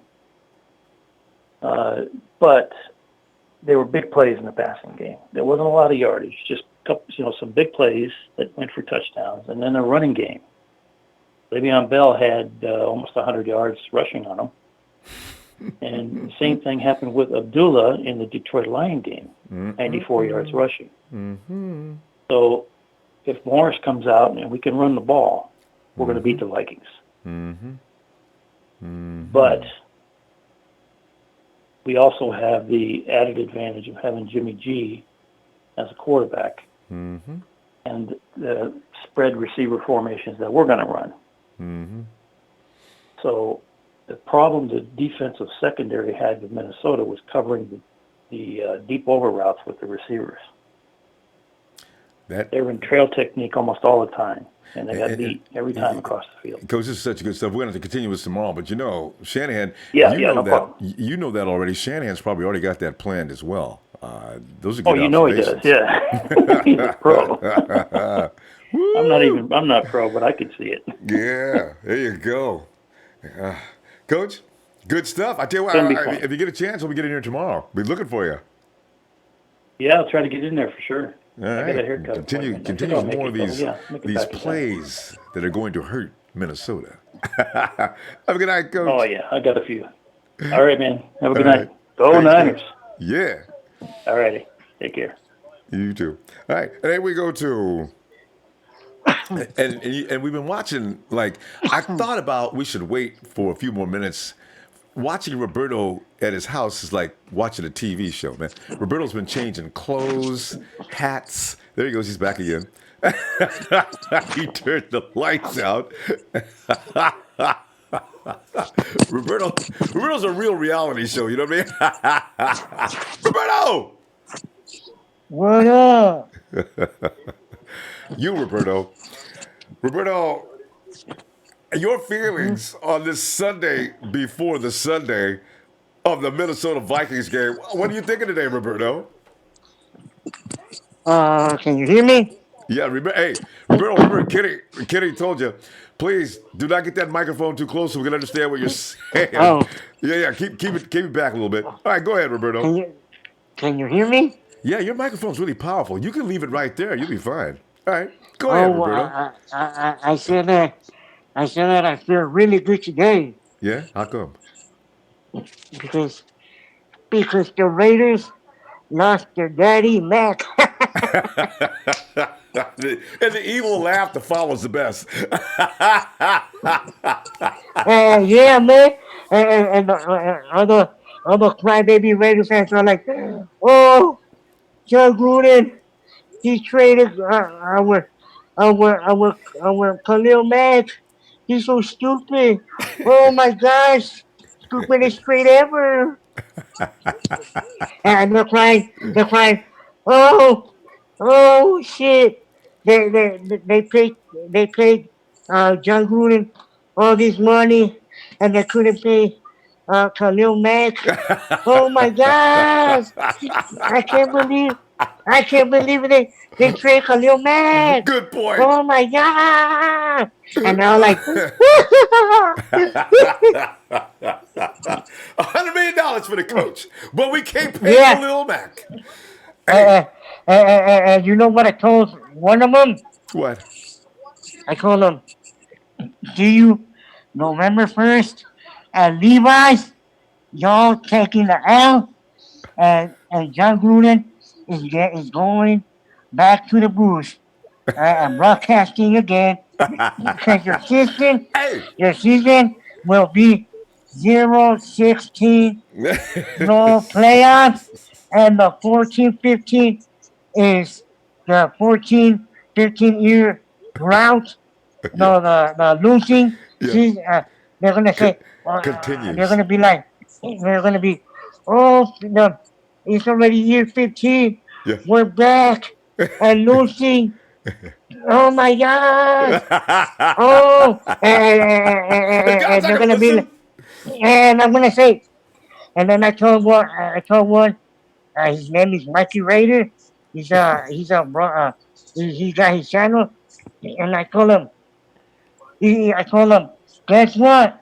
Marquise Goodwin, the Flash, is gonna burn your damn defense apart, and the Flash is gonna flash your ass up. Hey, Roberto, don't forget to tell Raider fans when you get next time you see them about Martavis Bryant. What happened with that? Oh yeah, well, they released him, and then we're like, well, the Mikey guy, he said that Marquise Bryant was gonna burn Marquise Lewin. I'm like, guess what? No, no, no, cause Marquise Bryant, Marquise Bryant, he got some broken legs, and he ain't gonna catch the flash. But remember, Martavis didn't play defense anyway. But Yeah, he was going to be on the other side of the field. But instead, yeah. he'll be at home talking about, if they would have kept me, we could have won that game. But no, And guess, no. and Just guess because I what, like a little Rumbo? reefer, they get all mad and throw me off the team. Hey, Rumbo. Hey, Rumbo. Yeah. Oh, yesterday I went. Me and Jimmy G, we went to with some porn stores, Yeah. and we were throwing champagne, Yeah. and we're like, talk tomorrow, Jimmy G, because the Raiders are losing November 1st, Yeah. and they're going home with a big sad ass L, and they're gonna cry back home in the bus. I'm gonna be like, Mama, have fun in the bus going home, you bunch of crybaby, you Seder fans. Because guess what? Y'all are going to where? Y'all are going where? Las Vegas. And we're going to be the only team in Cali where we run the Bay. We run Cali, baby. The Bay We is always ran the ours. Bay, Roberto. They was trying to. They never did. Yeah. Roberto, we got to go, though. Tomorrow night, Roberto. Let's talk again, man. Yeah, man. Hey, guess what? A nice hat and jersey, by the way, too. I like that. I got the Solomon Thomas. Solomon T. I see that. Hey, guess what, baby? Solomon Thomas is coming for Derek Carr. He's gonna tear Derek Carr's leg apart again, baby. Let's go, Solomon Thomas. He's taking this big fat ass W to our house, baby. We're gonna win this game. 94 and the defense, they're ready because we run the Bay and we always will own the Bay, baby. There you go. There you go. And are you ready, friends? Yeah. Surprise, because your baby daddy, Khalil Mack, is gone to the Bears. Roberto, you keep up that energy, man. I'm gonna see you tomorrow, okay? And one more thing, Rumble. Yeah.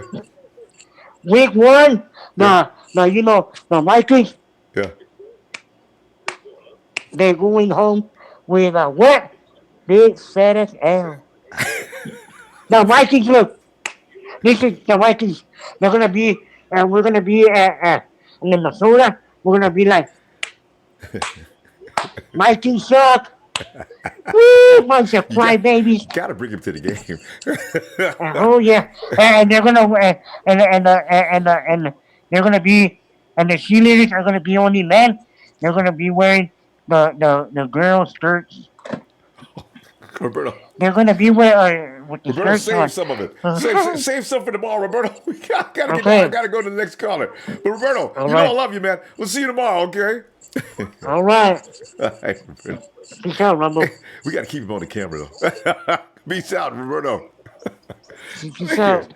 Oh, who we got next? Right. Hey, Jamel says, could you give my dialysis nurse, Rhonda, a shout out? She's been asking for it for what? Hey, of course I can. Rhonda. Appreciate you, lady. You're doing God's work. Are you ready? I'm going to give you that holler right now.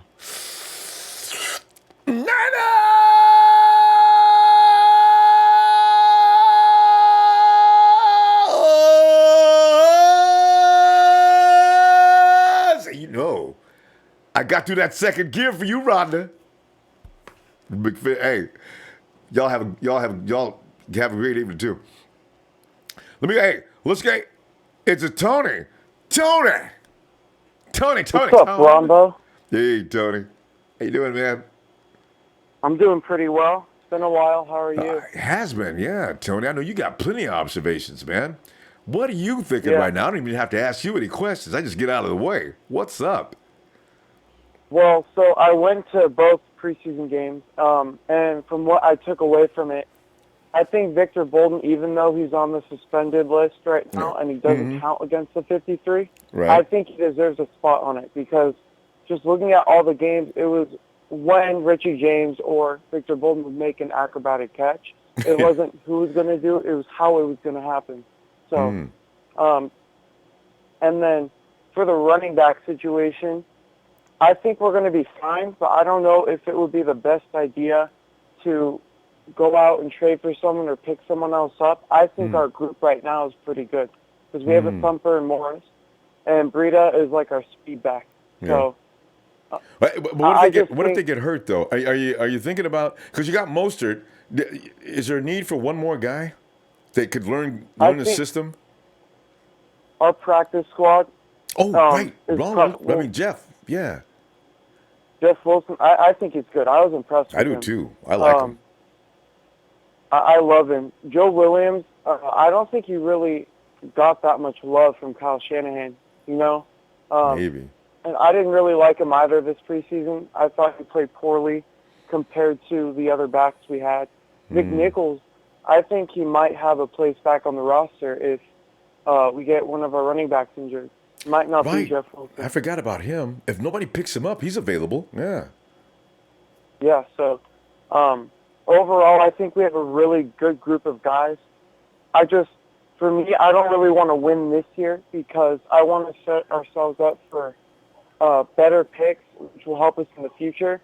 Like, I love winning, but if we have one good year and we suck next year as opposed to having a decent year and like the Raiders, then just starting a dynasty, pretty much. So, yeah, I know. I don't want to be like a bad fan or anything, but I want to have prolonged success, not 1 year and then we just completely die off. Yeah. So no, I agree. That's always embarrassing. And if we could pick up Nick Bosa next year, I'd be through.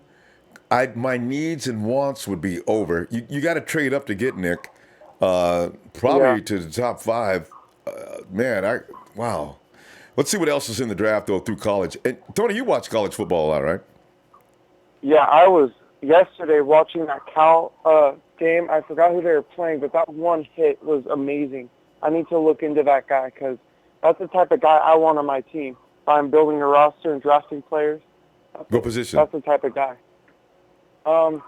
I think it was a safety, but it was on special teams. And he pretty much was the gunner, and he flipped a guy when he tackled him. Like he did a front flip. So I'll look into that for you. That's athletic. And, yeah. So. Yeah. For Nick Bosa, I think he'll be a top 10 pick. Oh, easy. But I think there's going to be a lot of good edge rushers next year, and we have to pick one up. We can't go drafting a position where we didn't really need to, like this year. Like Contavious Street. I was upset when we got McGlinchey. Oh, really? Because, we could have kept Ronald Blair. Like, I mean, Ronald Blair. Yeah. What's his name? I forgot his name already. I mean, the guy we sent to Boston. We could have kept Trent. Oh, Trent. Harold Landry. Yeah. From Boston. Yeah. Trent Brown. Yeah, I'm trying to think. Yeah. You didn't really approve of the Trent Brown trade? I thought we didn't need to trade him away, and for what we used or what we took those picks we got from him and used it on, I wasn't very impressed. But I love the Dante Pettis pick. Fred Warner, I love that pick. Yeah. I was really happy because I've always been a fan of his in college. How about Marcel Harris? The McGlinchey pick, yeah. Honestly, I think we had some really good picks. But McGlinchey was a head scratcher. But it was good, though, because the Raiders needed a left tackle, and they reached for theirs. So one of those preventative defense things. against them. Yeah. Yeah. You know, we got to replace Joe Staley soon. McGlinchey's probably going to move to the left. I think that was a thing that's coming up. I don't know how much longer Staley can go, but they had to prepare now, though. I think Staley. Yeah. I think Staley has at least 2 years of quality football left in him, and McGlinchey will move over. But right now, we need to worry about the guard spots and edge rushers because I don't think Solomon Thomas is an edge rusher. I think he's more of an inside, downhill type of player, if you know what I mean. I don't know if he has what it takes to be an edge rusher, but we don't have many options right now. We haven't really addressed that at all. Yeah, So they'll find them. It's a process. You don't want to make a mistake and bring a bunch of guys and you got to get rid of. Because when you, in hindsight, Joe Williams may be a mistake. I'm not even sure if C.J. Beathard is not a mistake yet. I need to see some more. I want to see if he can evolve past. There's some things about his think and thought processes that concern me. We'll see what he looks like maybe later on. So yeah, for CJ, I've said this throughout the whole offseason. He has the best deep ball on the team. I'm not impressed with Garoppolo's deep ball. Mullens just doesn't have the power to get the ball downfield. But aside from the deep ball, C.J. Beathard is worse than Joe Flacco. That's my comparison, honestly. Joe Flacco. Yeah. Well, Tony, we're gonna have to stop. Let me tell you what. Let me look for you tomorrow, okay? All right. All right, Val. Have a good night. Yeah. There's Tony. And let us go to, wait a minute. From out of the darkness and into the light, it looks like it be Chic. Hey, Chic! Look how dark it is. And Chic's wearing sunglasses. Show you how cool.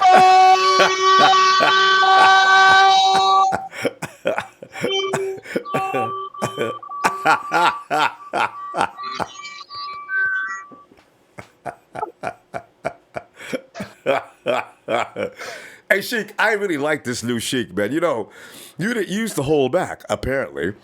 This new Chic is just too much fun, man. What is going on? Well, it's different, man. Summer's starting for me. What's going on? Hey, by the way, and I thought you'd be interested in this, since we both like to keep an eye on Trez. He says, the Miami Dolphins claim quarterback Luke Falk via waivers. So there you go. Remember all the arguments we had last year about Luke Falk? And Trez is watching his guy get cut and get picked up on waivers, but he's happy with the fact that Miami picked him up. So there you go. Shout out to Trez from Chic and Ronbo. Woo! Hey, Sig, what's going on, man? What are you thinking, man? We got Minnesota this time next week. Well, earlier. And we got the situation going on with our quarterback situation, our running back situation. And so what do you make of all this?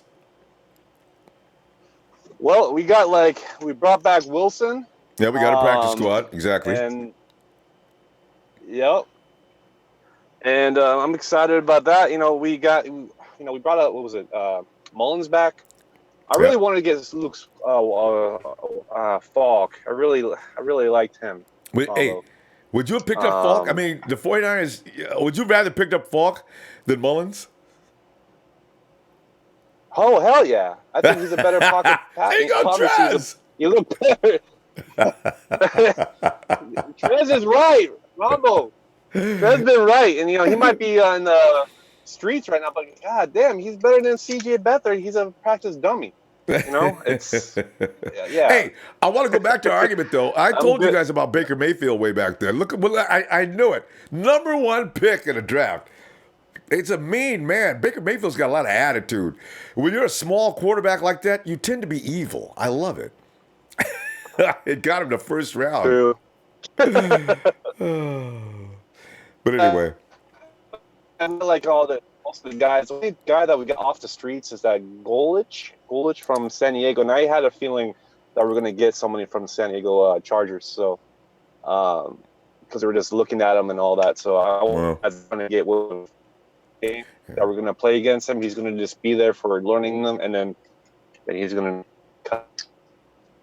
Maybe that guy's done a story before. There's something special about him because I've seen some kind of documentary being done on him a while back.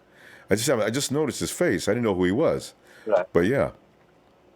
But we need that Chic. We don't have any depth. So when we got rid of Cooper, which shocks me.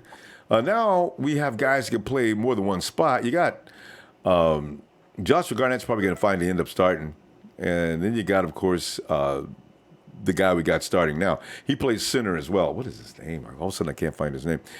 Mike Flynn? You know, Mike Person. Mike Person is probably, if Joshua Garnett doesn't start, he starts. But Mike Person can play center and guard. So Kyle's thinking, I'm going to save on this position because this guy can play both positions. They're probably going to start training up Garnett to play center as well. So, you know, this is going to be interesting to see what happens next. Yeah. I think we were. I really wanted to have a Cooper back as well, Ron, but that's another guy which we brought back. And over Person, I think Person was. I don't really trust him. I think he's serviceable. Next Beatles situation. Yeah. So, but I'll see, Ron. But the thing is, I want to also talk about all the let me just go like this real fast. We got 1, 2, 3, 4, 5 Super Bowls. And these Raiders are nothing. Rudy just got that 1. Raiders got that 3. But, you can just take this L and go home. Because you guys think, you guys didn't get your guy. Oh, we lost our guy and you overpaid. But honestly, we got the money. We got everything. This is the future. We built from the draft. And honestly, it's fine. And shout out to Roberto. To hold that Solomon train, choo-choo! Because he knows what's up. And David, what's up? Hey, it's like Coach pointed out. He's playing now without thinking. Mark, sorry. I'm sorry. Go ahead. Yeah. So. Yeah. No. You're good. But let me ask you this, Ronbo. Like, do you think we're going to be making any trades or anything, or do you think it's pretty much done? As far as trades go, but Lynch is never done. Lynch is on the phone now, is my guess, talking up people. Lynch does not stop. I mean, this guy's you're gonna see guys coming in and out of camp every week. You're gonna read about another guy coming into camp, and the 49ers gonna be taking a look at him. You watch. That's the way it was last year. That's just what he does. If there's anybody around that he wants to take a look at, they're coming to Santa Clara right now. You gotta love Lynch for that, and that aggression. He almost landed Khalil Mack, and I was wondering if he's going to go for it. But, Sheik, he's getting paid more than Jimmy G. I don't know if they can afford all that, though. I don't even know how the Bears are affording all that. That's crazy. 141. Yeah. That's $4 million more than Jimmy. Damn. That is your quarterback right there if you got him. Wow. Well, let me ask you, if we brought him in, you think that it will be any issue? Team like with Defoe, you think you overpaid him? But you had to overpay me or let him walk? No, the Buccaneers got another year, but I mean, they're probably going to extend him next year before we get to that point where he's sitting around saying, "I need more money, guys." So I think they're going to. The 49ers like to do preemptive strikes, but if you pay 141 to Khalil Mack, we don't have any more money. And I think that's what was also, they had to put boundaries up because they're thinking about the future. Parag is sitting there probably every few minutes running in the office. John, I'm just peeking in to see what you're doing on the phone. Don't do it. I'm telling you, John, don't do it. I can see it now, So, we got to be careful.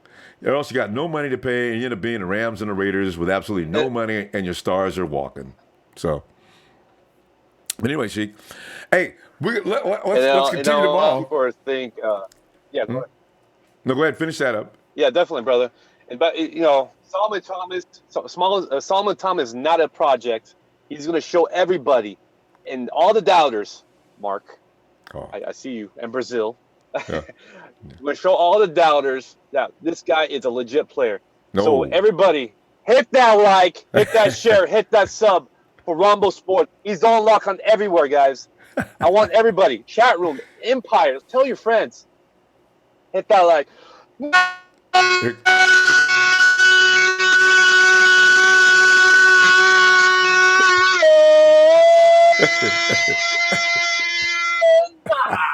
Ronbo, you're the best.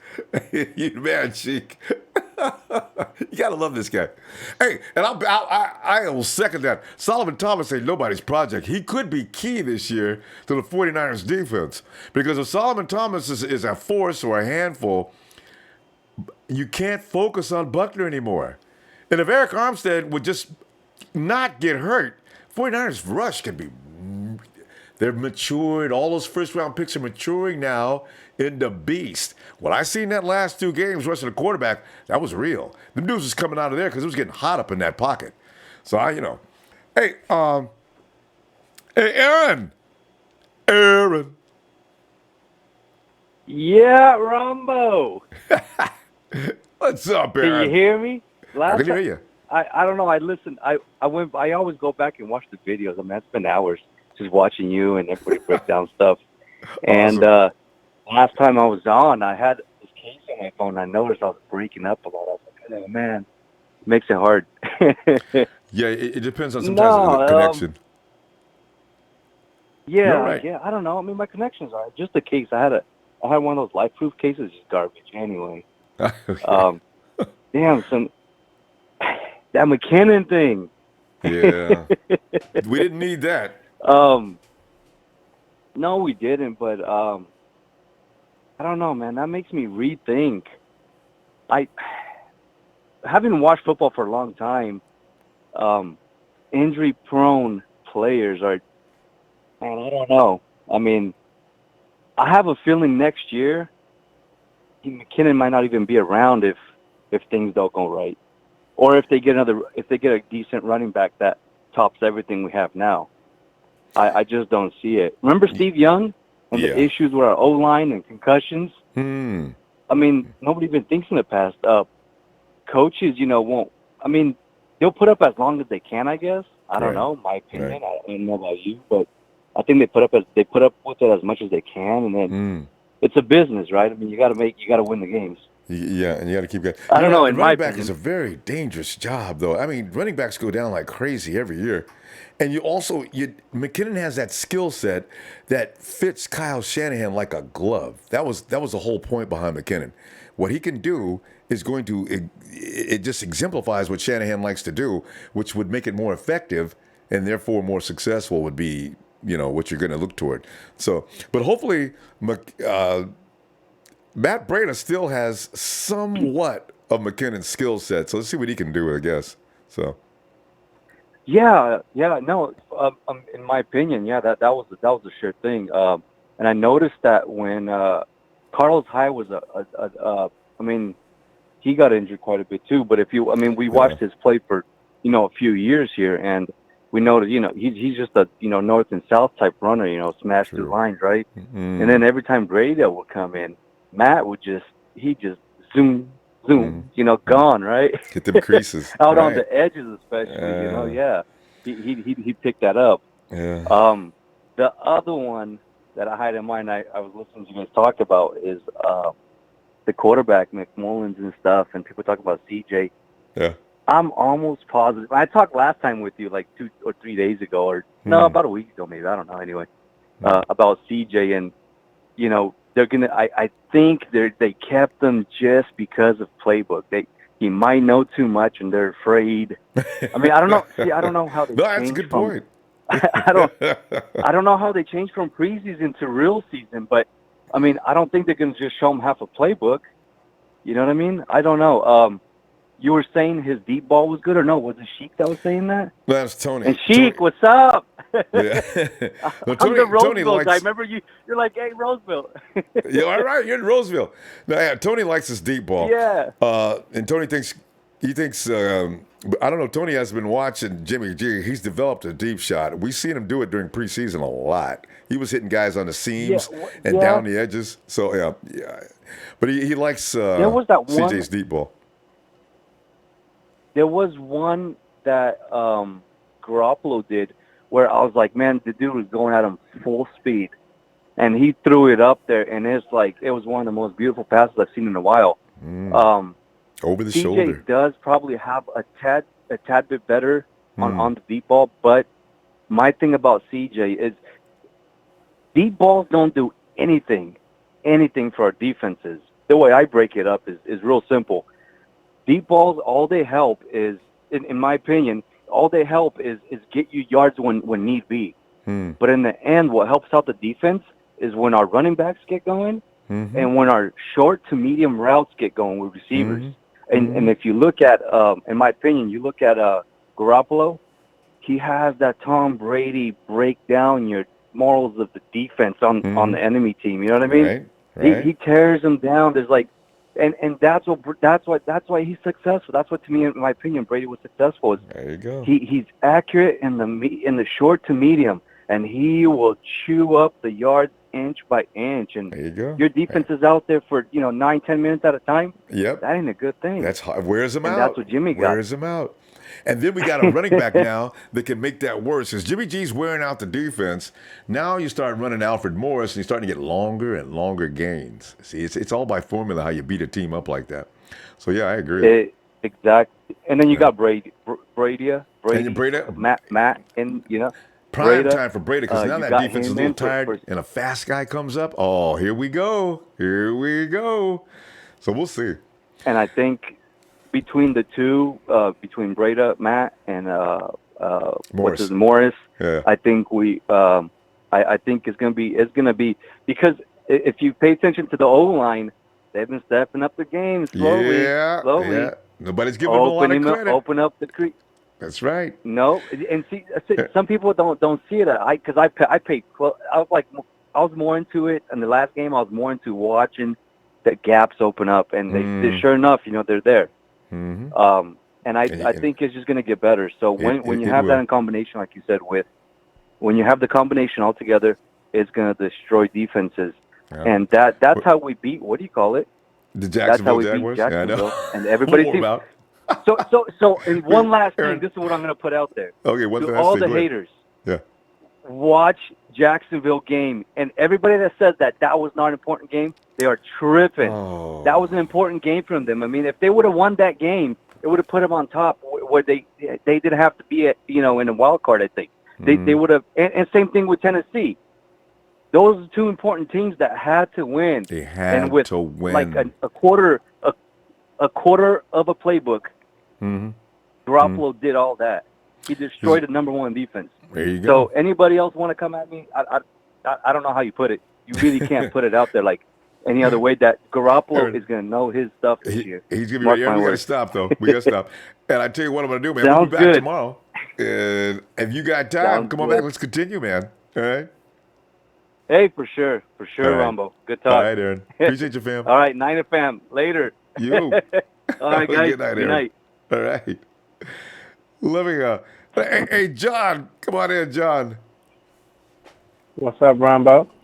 John, we're sitting there thinking about what's up next. And actually, it's a night where we're watching. We're looking at the practice squad and who we got there. We're looking at the injuries to our running backs. And also, we're thinking about why we really should calm down with the fear. Because, see, a lot of us haven't gotten out of the Trent Baalke era, so we expect to get an ass whooping. Teams looked at last year's 5 in a row and think, we were lucky. We're a 9-7, 8-8 team if we're lucky. See, they just even amongst our own people, we don't have any respect for 49ers. So I think we're going to have to learn to calm down and take things for what they are.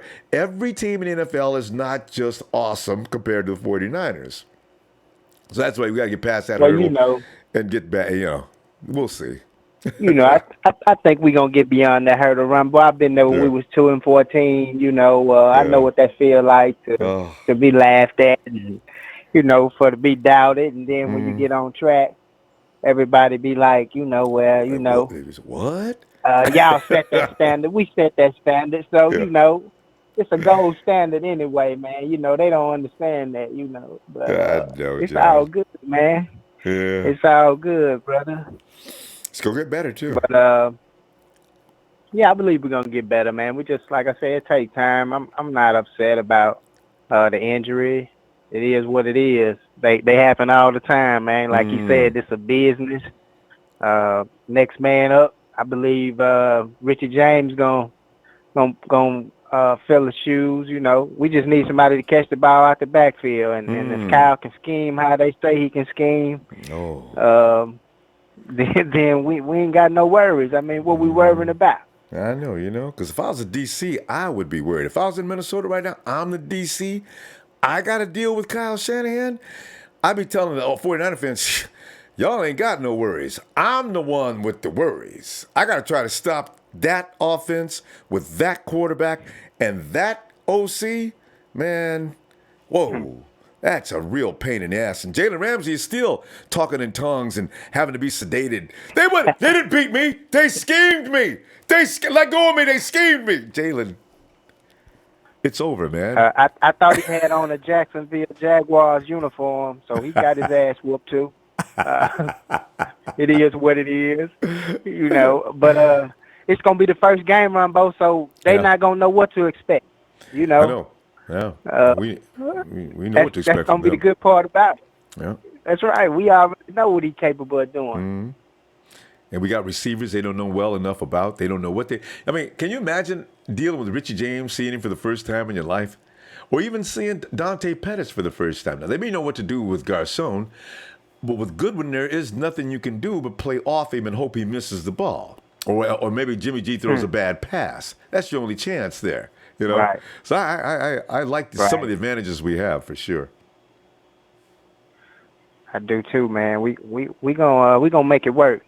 All we want to do is get a W, man. Week to week, that's all we looking for. And the defense, John, talking about that defense for a minute, man. That defense. I'm ready to see Fred Warner, man. Yeah. Oh man, Fred's everybody's favorite. We've been getting the pass rush. We've been getting that pass rush, man. I thought so. You know, that young dude Thomas, he looking real comfortable. Julian Thomas. Mm-hmm. Yeah. He looks good. He looks good. I like that. But they need to play my boy Blair just a little more. Oh, and you and me both, boy. I tell you, he's my boy, man. Yes. he a good player, man. He just hadn't had the proper time on the field, but yes. I believe we gonna get it going, man. They gonna see. See when they realize we'll hit them, the game gonna be over with. Mm-hmm. And they'll be saying things like, "Can't believe we allowed that team to come in here and beat us opening night in our house." See, the morale will break down. But you don't see the bad about that, John. Every team now will know when they play the 49ers, don't be relaxing. See, because I don't think the Vikings are going to relax, not on opening night. But, you know, teams were probably thinking about, man, we got a small sample. Everybody keeps talking about a small sample, like that means something. If you win them all in a row, I'm sorry, that's not normal. So, right. Let's see. Yeah. At the end of the day, those were professionals he was playing against. Thank you. And That's ain't no such thing as taking it easy. Nobody feel like losing. So, hey, John, what else, fam? I'm just like I said, I'm excited, man. I'm ready to see it, man. I'm ready to see it. I want to see what Kittle gonna do. You know, can he? Is there any progress? You know, without him being injured, you know what I'm saying? Yeah, I know. Maybe he can just, you know, keep up the progress from last season.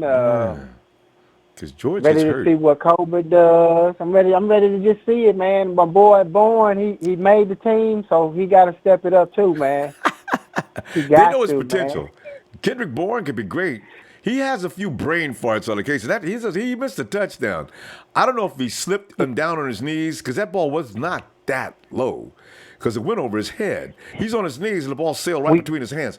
I said, Kendrick, what are you doing? That was a touchdown. We don't want him. We don't need him hanging out with J.R. Smith. Yeah. You know what I'm saying? we need him to stay focused, bro. You know. Yeah. But hey, John, I'm gonna tell you what, fam. You know, it's always a pleasure here. We'll see you tomorrow, huh? Most definitely, Ronbo. You have a good evening, sir. You too. All right, John. Let's go check out let's see what you're writing down here in the chat. Chris Scott, let's go. And CV, what's up, fam? Eric Pace, he says, I grew up knowing Peter when he was a little kid. So happy that he's coming back. Is that right, Eric? Wow. Boy, I'd love to know it. Well, Peter, what was little Peter like? Fitz Johnson McFadden should have stayed on the team 100%. I tell you, the stats say Tyvus beat him out by a long margin as far as the stats go. But that don't mean nothing. And Coach Sims says if we can weather the storm in Minnesota early on, neutralize their pass rush, we will take that game and be 1-0 to start a year. And silence the haters, no excuses. Jalen and ESPN. You notice everybody gives excuses when the 49ers win games. I imagine it's because of where we came from, losing all the games the previous 2 years under the Balky regime. So every team got an excuse for losing to the 49ers. And we were watching clearly what happened. Obviously, the surgeon out there wearing a quarterback uniform was cutting people up. Small sample. We don't know anything yet. But if they keep saying that, if Jimmy G runs up 10 games in a row and it's still too small a sample, I think it'll be time to go visit that particular person, throw rocks through his stupid window. Is that Philadelphia? Philadelphia Bay. It's the most wonderful time of the year. Who's ready for some football? Let's go get it, Niners. I've been working on that to get it better next time. Popeye Saavedra says, what's cracking? Ronbo something. Popeye. And Jason Perrine, Alfred Morris, not Matt. You mean Alfred over Matt? You know, they should change names, though, right? Matt Morris. That does sound good. And Alfred Breida. DeMille says the last Sunday without 49ers football. Let's go. Let's do this. Music Street Public Service announcement. Okay, wait. Music Street Public Service announcement. Music Street. I see for Alfred Morris. I approve of this message. Smith S. Peter Terry, give that number 55 to Fred Warner. And Peter gets to keep his number. I wonder how that works. Do you get yeah, that's a good point, though. I wonder, does Peter keep the 55 or they get back in the regular roster?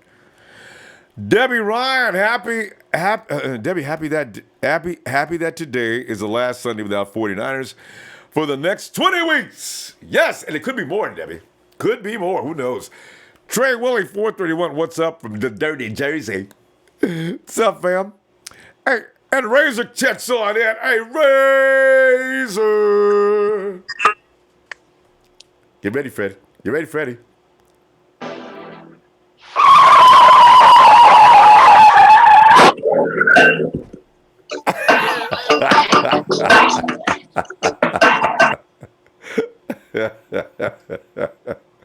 Same old sorry ass Rams. Freddie.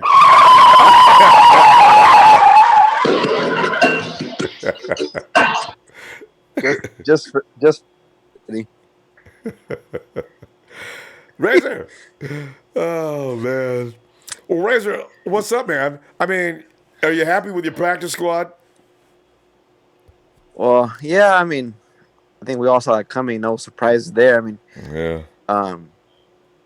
yeah, I mean, Nick Mullens on there, and I tell you though, Razor, since we're talking about the practice squad, though, is anybody you wish you could get back on the practice squad? I kind of don't like losing Jeremy McNichols. Who else? I kind of wanted them to re-sign Chancellor James. Right. Back. I wish I could have kept him. Yeah.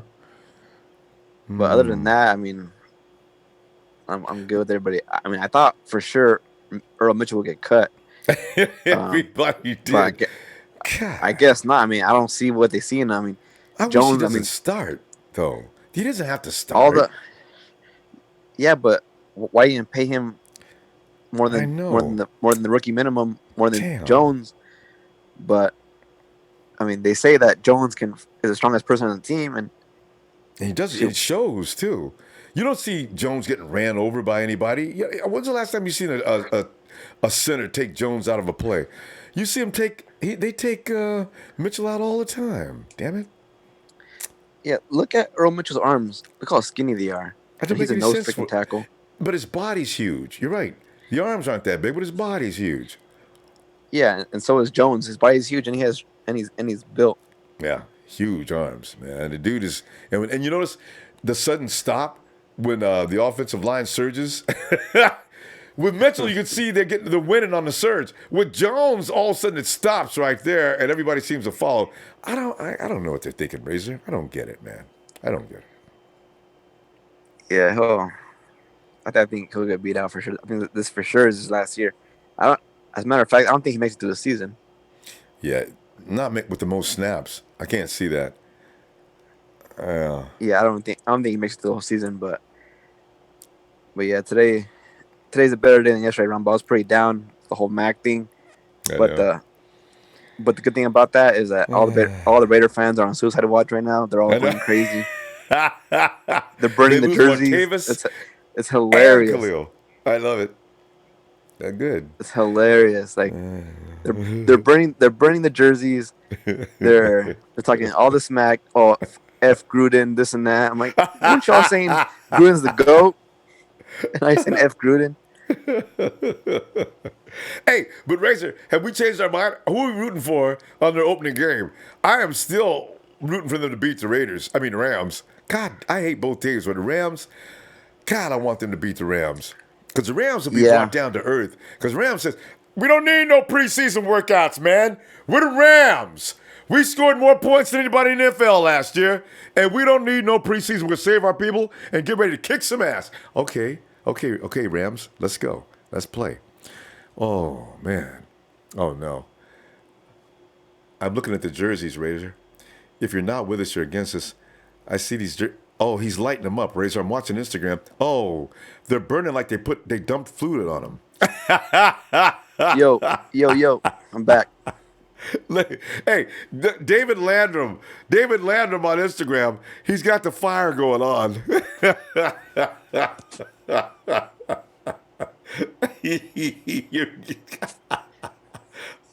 There's a Raider fan about to hang himself in the bathroom from the shower curtain.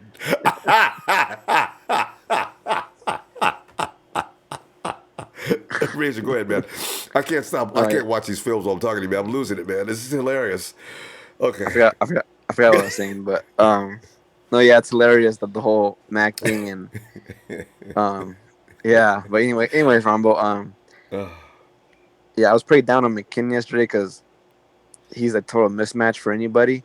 Yeah. But the thing is, I'm excited for Morris as well because for some reason he will do better with this O-line than he did in Dallas.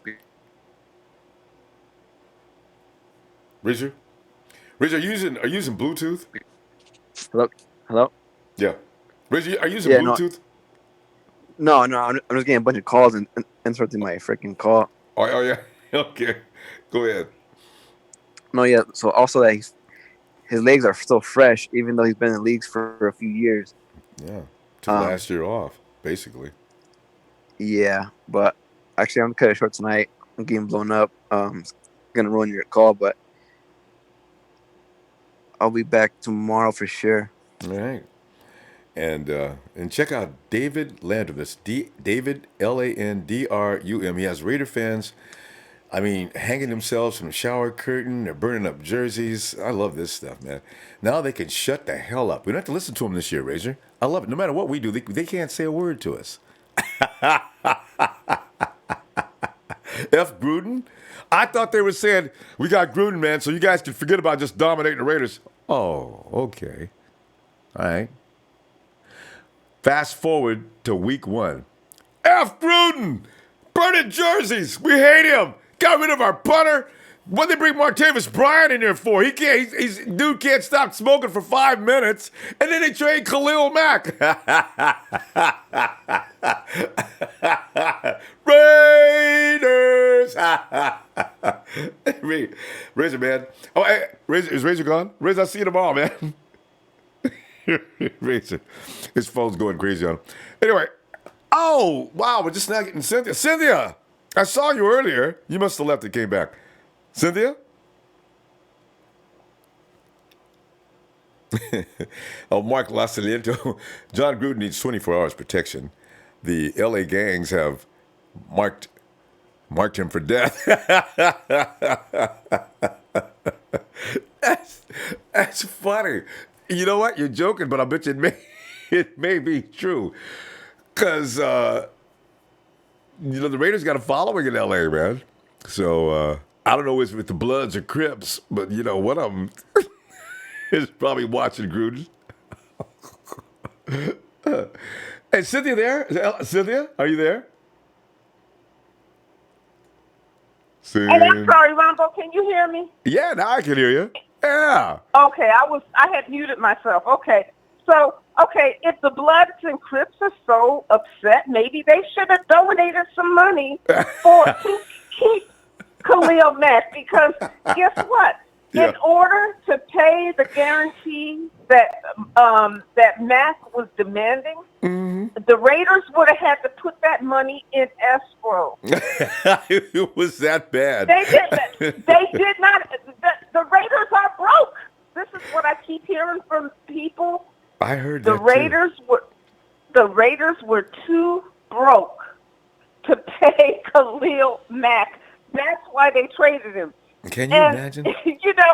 That is sorry. We keep saying same old sorry ass Rams.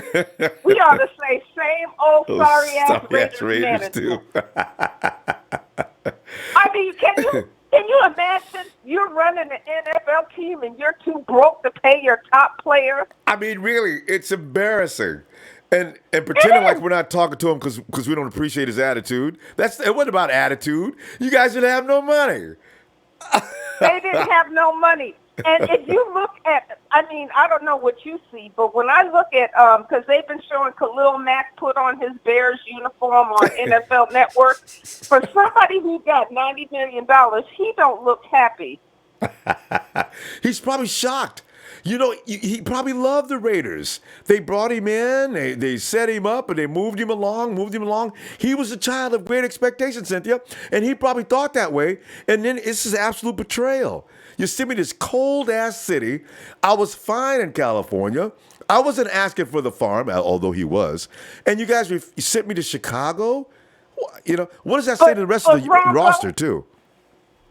Ronbo, I don't know anything about Khalil, but he seems like a decent person. Mm-hmm. If Gruden didn't come out and disrespect him, yep. Do you think that Khalil may have said, well, you know what, we'll work out a deal. I'll come and play on my 5th-year option. You give me this, you give me that. I'll work with the team. I'll wait till you guys get your first paycheck from the NFL. Yeah. He could have worked with them, but no, Gruden started off disrespecting him. Exactly. Gruden also made the mistake of not trading him during the draft when he could have got the most draft capital for him. And so the third thing that I think of, okay, yeah, I would have loved to have had Khalil Mack, but the 49ers did not fall for the sucker bet. The Bears did. Mm-hmm. Cynthia, that's too much money. That is too much money. He's getting paid more than my quarterback? That don't make no sense. And blame Aaron Donald and the Rams, too. So, for that, I understand. That's ridiculous. Yeah. 141. That's just totally ridiculous. But, Gruden should have, he came out disrespecting him. No, I know. He should have talked to him. You don't ignore him. He just didn't even call him or say hi. And it was in the media every day. Gruden hadn't even talked to him yet. Why? What is that? What is the point of that? That was disrespectful.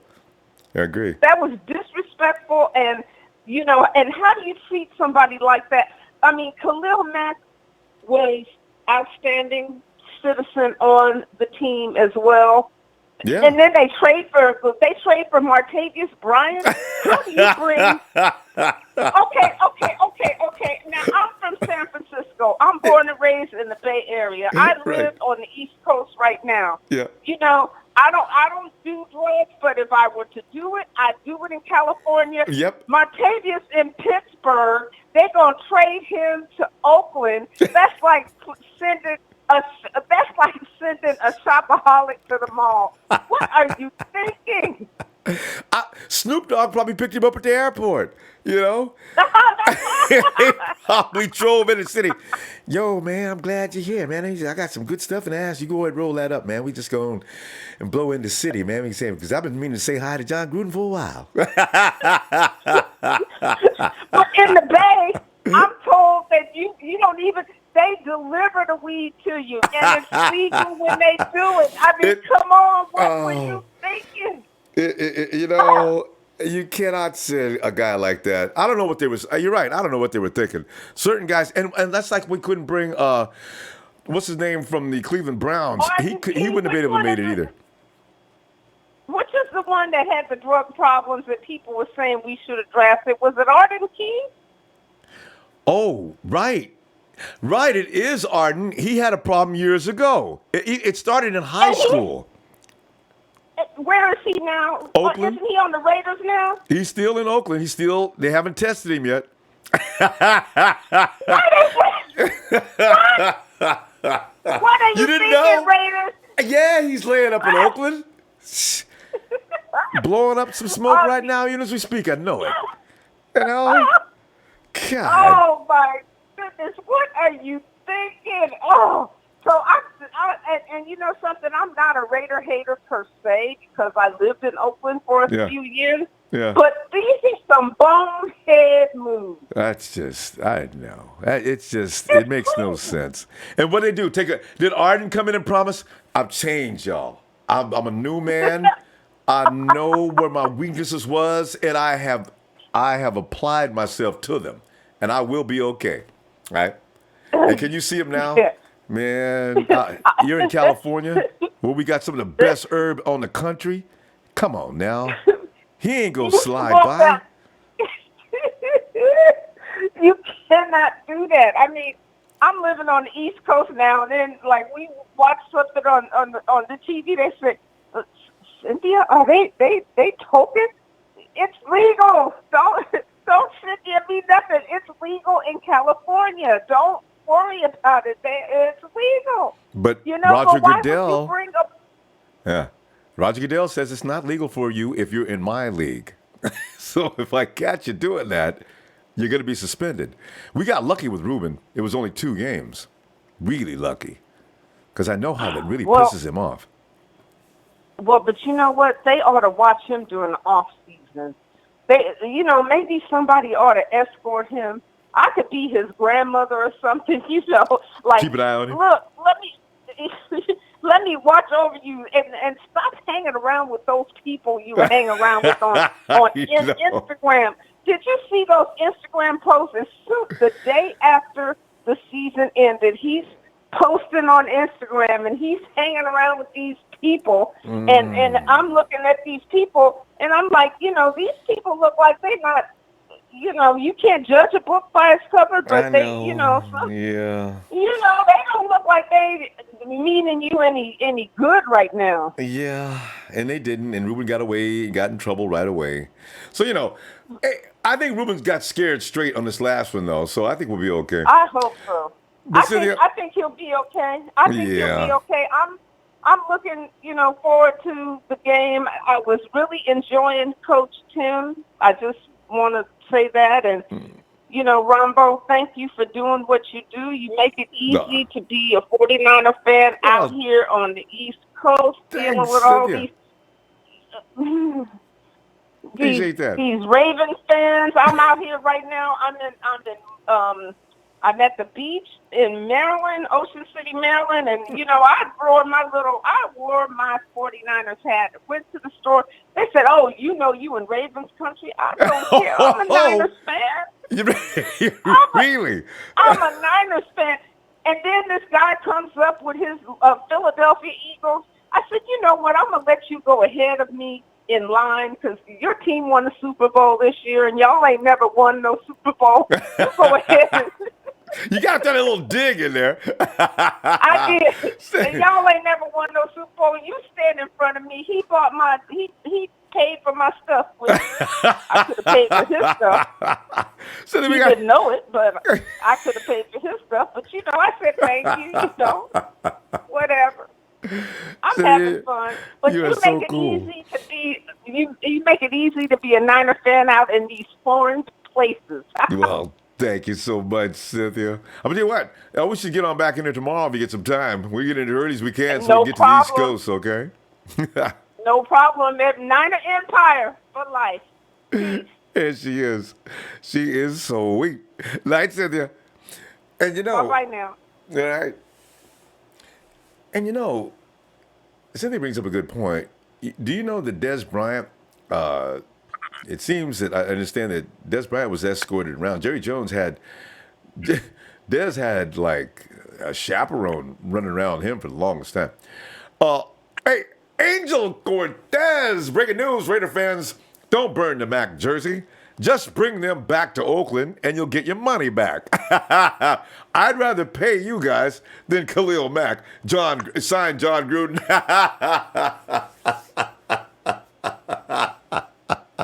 $141 million? $141 million.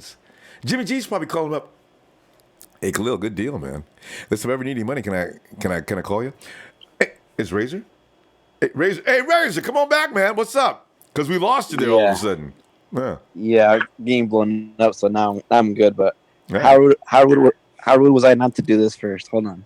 Okay. Rams. Same old sorry ass Rams. So long. It embarrassed the city, it embarrassed us. Oh! Stop the hole! You talk about one team having a stranglehold over the other. San Francisco 49ers have beaten the Rams 17 straight times. But the Rams still feel like they deserve to hang out with us. They think they should talk with us. If I ever go to a restaurant and a guy comes over and sits down to me and says, as I'm sitting there with my 49er, sits down to me next to the gold and blue and says, hey, fam. Yeah, man, because like you guys got a good team, we got a good team, we're going to like fight for the West. Dude, if you don't get up and leave now and go back to the other side of the room or wherever you came from, I'm about to hit you with this plate, this glass, the silverware. I'm going to choke you out with the tablecloth. Get away from me. Exactly. The Rams, exactly. God, what is wrong with them? But anyway, Razor, what else, man? Yeah, so I want to give a shout out to somebody. Yeah. Me and this certain somebody made a bet, and for some reason he thought this person would make the team. Yeah. You know who you are, my boy. Trez, Audric Robinson. I don't told you. I forgot about Aldrich. I done told you, Trez, but no. Trez is waiting for tomorrow night Raw. He's going to come in and you know what? You know what's going to happen, Razor? He's going to roast both of us for laughing and for you for starting and me for laughing because I forgot about Trez. No, well, Craig, he was confident, too. I'll give Trez his props because he actually contacted me on Friday and said that he'll be sending me the hat. So he's owning up to his bet. Hey, Big Show. Hey, what was my deal with Big Show? Oh, I can't remember. I think you have to go back and watch your film. Who does that involve? Kendrick. Oh, we're Kendrick Bourne. I think it was Kendrick Bourne. It was Kendrick Bourne because you know how Big Show feels about Kendrick Bourne. He's hated him for like a long time. If Bourne has a good, I don't know how we're going to measure whether Bourne has a good year. Now, Show, did you say Kendrick Bourne was not going to make this team? I'm going to go back and look. I need to go hard. I know Go Hard keeps tapes on everybody, man. I got to find out he's going to be able to get it faster than I can. I got to remember which tape it was. Dang it. I don't think he cut him. I think I just said he's going to have a good season. And maybe, as I remember, Big Show said he sucks and wasn't going to have any kind of a season. I don't even know if he had him. I'm wondering, did he have him cut, though? We'll see. I'll find out, Show. Yeah, find out and announce it on the show. But yeah. Trez owned up to his bet, and he's sending me a hat. So, Ronbo, awesome. What is he thinking of that little plankton head? Like, why would you think Audrey Robinson's making the team? I don't know. Because you know what? Alec Robinson, I mean, we got too many young guys. If there was less, he might have had a chance. But wait, Razor, are you ready for this? Show has suddenly showed up. He says, He donates, and then he says, "Ronbo, let me my show. Ronbo, stop with the lies about Dez, per his agent." I don't remember saying anything about his agent. But I mean, I said show and stop with the lies about Dez. Dez Bryant, I don't think is done. I don't think the bet was on Dez. It wasn't. It was a show. Wasn't about Dez, because if it was, you lost that bet too. I remember Kendrick. It was Kendrick Bourne. It was definitely Kendrick Bourne show. I think he thought he would get cut. I think I'm not positive. I think he said he would get cut. I'm gonna go look back, but don't me find out that's what it was. And Trez says he says, "Ronbo, I hear you and Razor, man." Solomon Thomas ain't. I'm just kidding. I love some Solomon. I do too, man. Solomon's gonna be key this year, Razor. I'm telling you, he looks like a man that's fully in charge now. You can see that look in his eye. He doesn't look like I'm just a new kid around here trying to find my way around. Man, he looks like I'm coming in here and you guys cannot stop me. He's gonna be back there talking, because I understand he used to talk shit to the Stanford guys. When they were at Stanford, he used to talk shit to opponents coming in, their offensive linemen, and he would get it done. So if we got that Solomon T feeling confident, the game's not too big for him anymore, the speed's not too fast, that will release the beast. DeForest Buckner will be all over him. I like what I think is going to happen this next Sunday night. Woo! I wish it was a night game. It's a Sunday afternoon. Night. This should be under the lights. This should be prime time. Yeah, I love me some Solomon, and drafting him number 3 overall was a huge project for him because he is a tweener. Like he is you can't play him inside on first and second down because he's too small. You got to play him at the end. That's why they have him at the end and they put him inside on third down because it's a good strategy, huh? Yeah, we have to because he is a tweener. You can't put him inside on first and second down. You got to put him on the outside, and then you got to put him inside on third down. But his first step has looked a lot better than last year.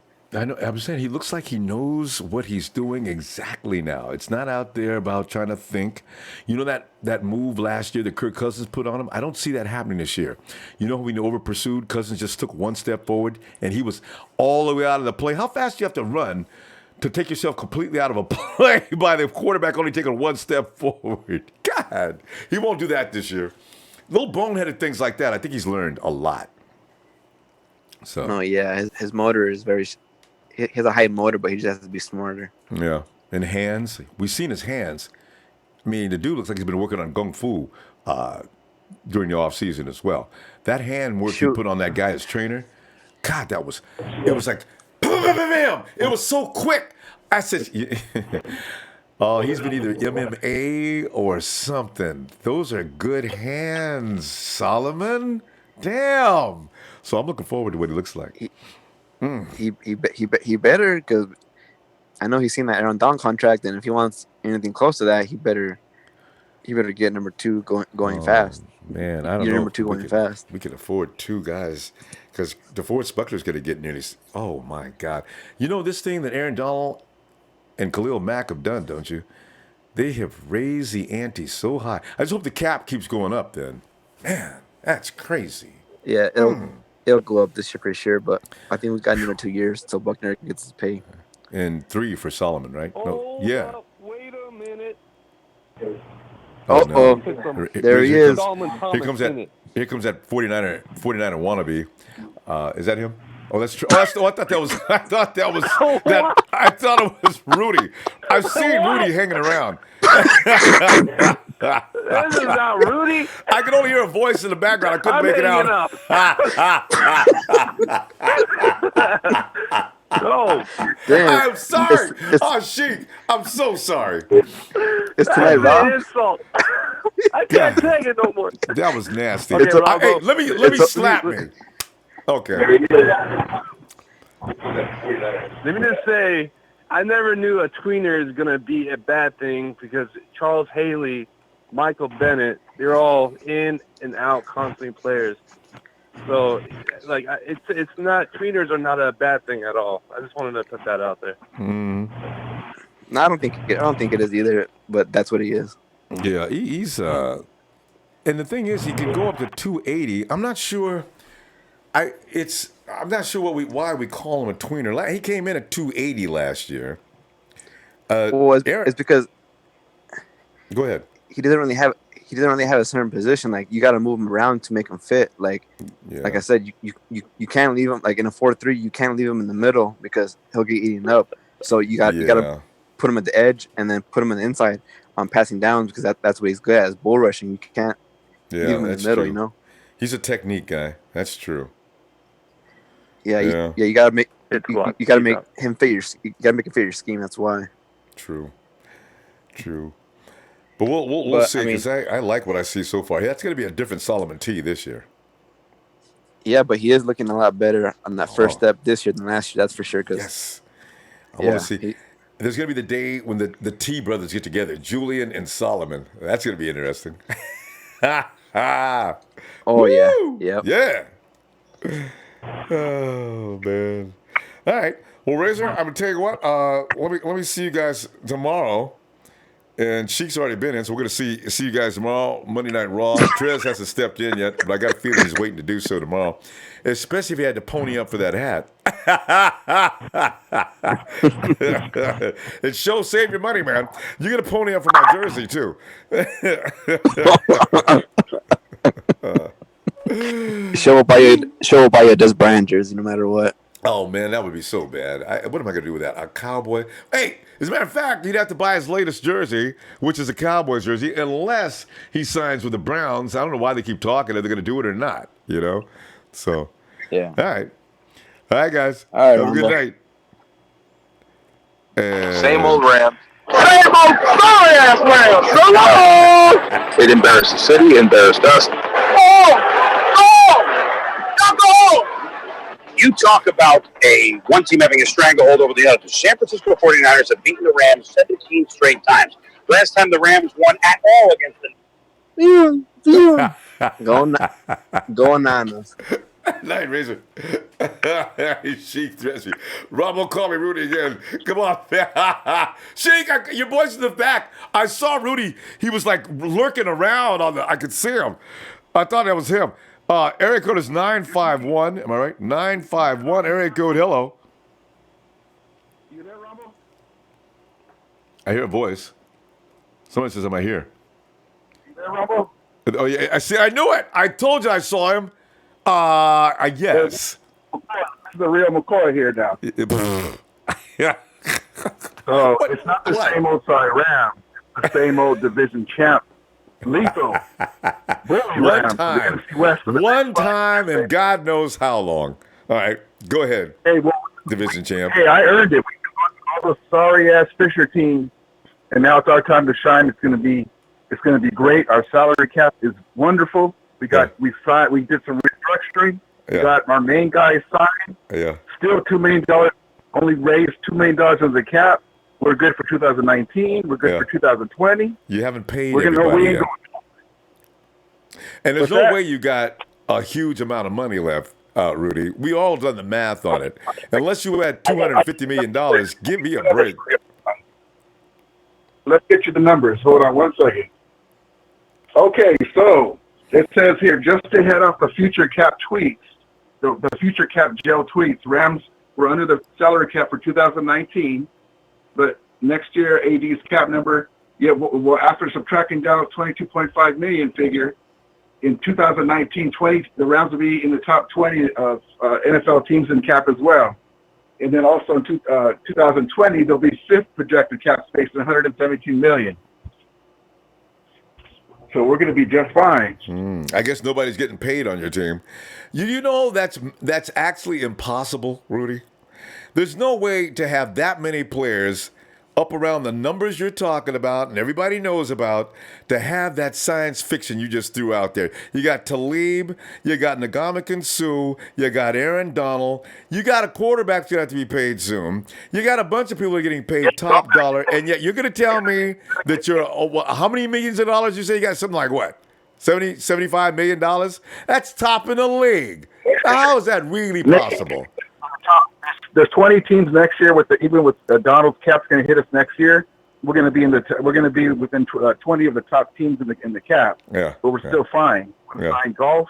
Okay. And we're going to in 2020. It says we're going to be within 50 teams with his projected numbers. Hey. And like just hired guns. Same old Rams. Same old If you got so much money, why go ahead and get yourself an edge rusher? You talk about Ronbo, you got to tip your hat, guys.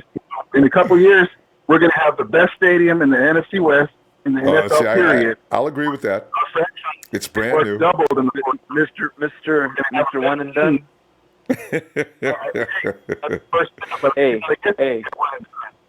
Hey, Rudy. I hope you know Hey, Rudolph. I hope you guys know that you guys are gonna be super rusty going to the season in golf. I mean, not golf. McVay. We'll see what happens. With McKenna, he got hurt. You never know what's going to happen. But I'd rather have them playing real games, and we can start off slow against the Raiders and still beat them. Well, that injury wasn't in preseason, so I mean, anybody can get hurt in practice. But you guys are gonna be rusty as hell. You guys haven't played since last year in the playoffs. McKenna didn't get hurt. You guys got full strength, and the injuries suck. I hope nobody gets any more injuries. So I'm sorry to hear about that. I am curious. So if the Raiders do beat the Rams on Monday, the first thing people are going to say is, well, they didn't do anything during preseason as McVay rested his starters for the entirety of the preseason. And so we're not surprised they look like they look tonight. That's going to be ugly. We're gonna to some Monday Night Football. Just like if you guys in the playoffs when he has benched your starters, just like when he has benched your starters against us Week 17, he's going to butt you guys the same way going into the season. You guys are super rusty. No one's hit. Aaron Donald barely signed a contract. Dude, Aaron Donald hasn't even played a snap. Gurley hasn't played a snap. They're all going to be rusty. Just like the playoffs last year. Just like last year. He won Defensive Player of the Year. Same thing. We'll be fine. But listen, guys. Right there, and then we have the quarterback. Rudy. Yeah, Rudy. Good luck, Rudy. Listen, we got to go, and we got to get. All of a sudden, the phone lines are getting all lit up again. So we is exactly. Rams. Same old sorry ass Rams. It embarrassed Rudy, embarrassed us. They didn't embarrass Rudy, though. You talk about one team having a stranglehold over the other. The San Francisco 49ers have beaten the Rams 17 straight times. Right. Let us go and let Joey into the phone. You guys have a good night. Hey, Joey Mahoney, yeah, dumb. Hey, Joey. Ronbo, my man, with the 9 plan. Yeah. Talk to me. Joey, as you know, we're through fooling around with the practice squad, and now it's full speed ahead, getting that team ready for next Sunday. Let's get it. Man, loving it. So, Joey, what are you thinking here tonight, man? Oh, man, I just can't wait for Sunday, bro. Start that season. Let's get it. Man, it's going to be a nervous thing, man. From the first kickoff on, if I see one mistake, I know I'm going to lose my mind. If I see the ref make one blown call, I know I'm going to lose my mind. It was a bad time, because I can't calm down during the course. I might have to get a prescription or something so I can stay relaxed. Or else, so who's our running backs right now? Well, it's going to be Morris. Going to the season. I Morris, feel good about Morris. Morris, Breida. Yeah, I feel good about Morris being the running back, actually. That is a good thing. But who's our depth, though? Is it Morris, Breida, and Mostert? That's our depth right now? Yeah, that's all we got. We got Jeff Wilson on the practice squad, but he won't be activated. So, yeah. Activated was. We just got the 3. Yeah, and then we got, we got. Wait, let me be careful with this. We got use check. Guys, remember, because I got Tyler and his boys, man, they're writing me notes. Use check. See the guys, see the teeth? Check. Use check. Okay. Yeah.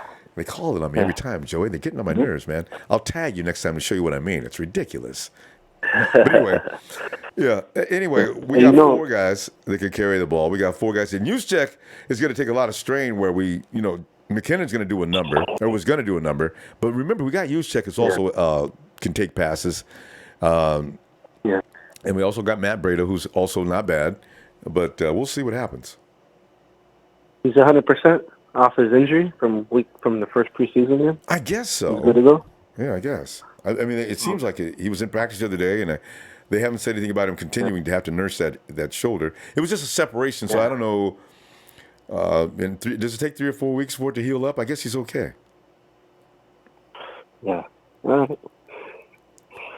good. Well, you think we'll bring anybody in, or you think that's pretty much it, or what? How everybody. You can't say anything about John Lynch, man. John Lynch will do anything, man. I don't know what he's going to do. There's no telling what he's going to do.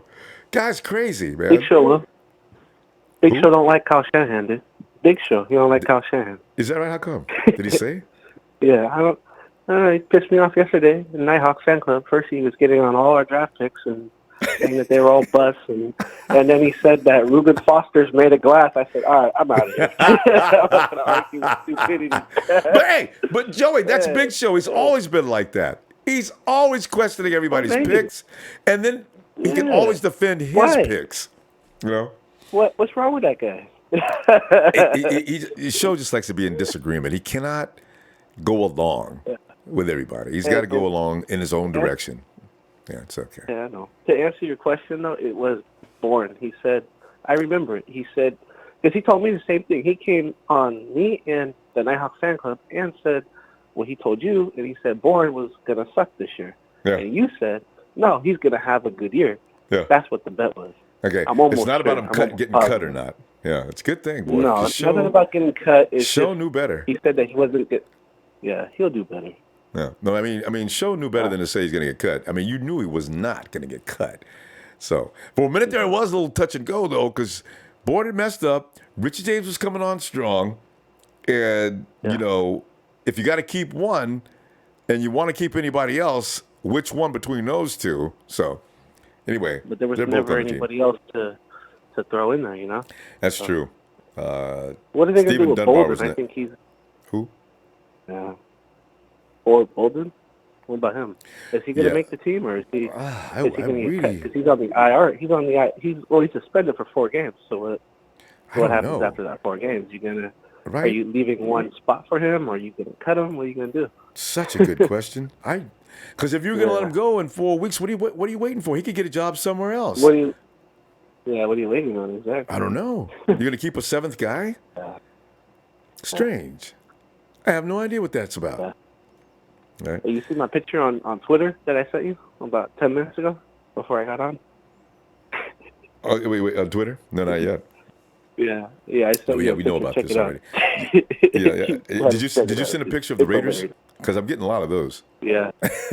Yeah. No, well, anyways, it's a friend of mine, and I put a caption. This is what happens when Matt got traded, and he's sitting on my couch with all my Niner stuff and with a big old smile on his face. Now I got it. Now I got it up. Yeah, you see it? Yeah, I see that. Yeah.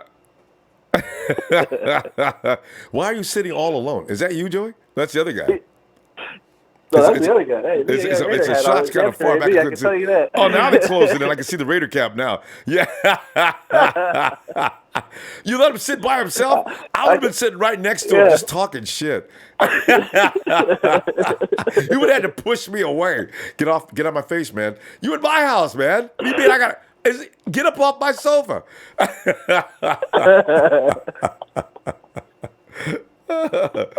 Oh, nice shot. Poor guy. He does look lonely on that sofa. Martavis Bryant. I said he was going to be a good move for him. He's out of here. Khalil Mack gone. They got rid of the. They gave up draft picks for Bryant, and then they still cut his ass. Martavis got in trouble right away, and then you got the ticking bomb over there. What's the guy they just drafted that Cynthia and I were talking about a minute ago? Arden Key. Arden Key's not going to stay clean, and I love it what the Raiders are doing, but I will root for them on that game against the Rams. Sure will. Because you got it. You got it. Unfortunately, you have to be a Raider fan for 1 week. Yeah, I know. Rudy's sitting back all confident. Yeah, they're not in our division. It's if the Rams get a loss outside the division, that only helps us. So you got to root for them. Unfortunately. Joey, looks like we're out of time. I'm going to tell you what, man. Let me see you tomorrow, and maybe the Raiders will have gotten rid of somebody else between now and tomorrow. We can laugh at that. Go Raiders! They're gonna get. I saw someone post a trade alert for Derek Carr because he's lonely. Joey, man, we're running a long time. I'm going to go, man. I'm going to see you tomorrow, okay? You got it, buddy. Go now. All right, fam. Yeah. It is Joey, and we move over to Marcus. Is that right? Hey, Marcus! Ronbo! Marcus! What are you doing? Man, we're just sitting back here laughing about the Raiders, man, and you know, we can laugh this week, you know, because and you got to laugh at the Rams, because I got a feeling the Rams getting a rude awakening, because we're not practicing all season against any hostile combat, and all of a sudden coming out Monday. Raiders, if there's going to be a team that's going to be pissed off next week and ready to hurt somebody, it's got to be the Raiders, and the Rams going to run right into that with no practice.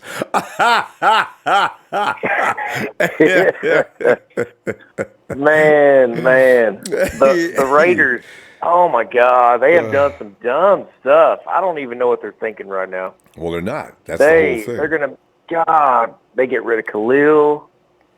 I just don't know, man. Then Martavius. Mm-hmm. Plus the Rams. I mean, resting all their starters and everybody they got. That's not going to help them out, man. It's really not. There's only two intelligent teams in California, and it's the 49ers and the Chargers. Everybody else acts like they've lost their damn mind. I don't know what they expect next week. I can't wait to see that game. Well, hey, we could get hey, Marcus, come up with a name for that game. You got the Raiders versus the Rams. What kind of name can we give that bowl? What kind of bowl? Toilet bowl is too easy. So we got to call it what? Think of something really to represent stupid. We'll come with that later. Hey, what do you think about the 49ers, though? Some of the things we got coming up against them. We got our running back situation. I kind of like our running back situation the more I think about it. Because when you got Morris, who's well-versed in the system, and you got Breida, who knows the system well enough now to be able to apply himself even better coming up next week. I kind of like what I'm seeing Foreman now. I wish we could add Jerick McKinnon, but we may not have to be so worried that we can't compete. What are you thinking? Yeah, it was definitely a surprise, kind of a shock when McKinnon went down. But I mean, you go with it, you roll with the punches. When we picked up Morris, I seen us keeping Morris and McKinnon and Breida. That was good combo or trio. Yeah. But when McKinnon went down, I don't know, man. Morris really showed up on preseason. He showed what he had, and he did really well. I mean, to me, he seems more like a power runner. Like he's a run and gun. He's not really trying to juke. He's just hitting the holes and just pounding people. So I do like that. I like the old school running game. Yeah, know where you're going. Don't be out there. You don't have to challenge every tackler. Find them creases, man. I like that a lot better. Yeah. 17 yards on his first shot. I think we'll be fine. Yeah. I really do. I think we'll be fine. Plus, we got a good receiving core. Oh. I'm not worried about the offense at all. Yeah. I'm kind of worried about what, I don't know. I don't want to say it. Defense? But the Vikings offense, I'm kind of worried about what they're going to do because we have, I don't know, we were missing Ruben. You know, Ruben's a big key. That does bother me, too. We got a bum rush I don't know, man. Out of Cousins. That's the thing. Got to disrupt him.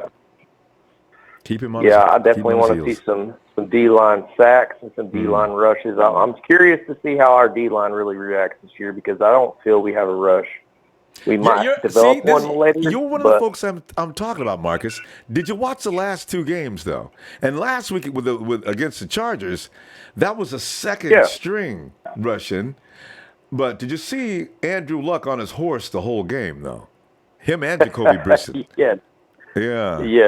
Yes, I did. There's some changes going on in that defensive line. Now, I don't know if they're complete, but I do know that the quarterbacks are not allowed to stand back there and make phone calls and take selfies and wave at the fans anymore in peace like they used to. Yeah. Yeah, back in the last 3 years, we were like that. We had pretty terrible the last 3 years, but we're finally picking up, and I'm so glad. Man. I'm so glad because I can talk shit to all my Bronco fans and Seahawks fans that I know, and I'm just like, whatever, bring it. Broncos fans. I just hope they can't get rid of Lynch. It seems nobody wants to trade for him. Did they put him up on waivers yet? I don't think so. I don't think so. What a bust! That is so sad. No, I like it, man. When you get Rudy in here, we need to get some Raiders fans in here to really jazz it up. That way we can put them in their seat where they belong, man. It's so funny. I love it. Raider fans know they have nothing to say. You got no right to talk. Just doing what they're doing is the right thing. Just shut the hell up because they got real troubles. Real troubles. I love it, man. I love it. Well, I appreciate it. Ronbo. You're doing a great job, man. Thanks, Marcus. Appreciate you getting in here, too. I'll let you get to the next caller, brother. All right, fam. See you tomorrow night if you got a chance, all right? All right. All right, go Niners. Yeah. There's Marcus. And, hey, Monroe. Hey, what's going on, Ronbo? Oh, Monroe, man. We're sitting out. The thing is, Monroe, we got issues and we got problems. But compared to some teams, we ain't got no problems. But, Monroe, what are you thinking, man? I mean, your practice squad is filled out, and they're done with that, most likely, unless they make some deals. Here, one guy, let one go, get another one. And, like I said, Ronbo. Yeah. I like the power back running, man, because that's going thrive us in the long run. See, people don't understand that because you got to wear that defense down. Yeah. McKinnon's not going to wear defense down. He could get them tired, but you need to wear that defense down. And Alfred Morris going to wear that defense down.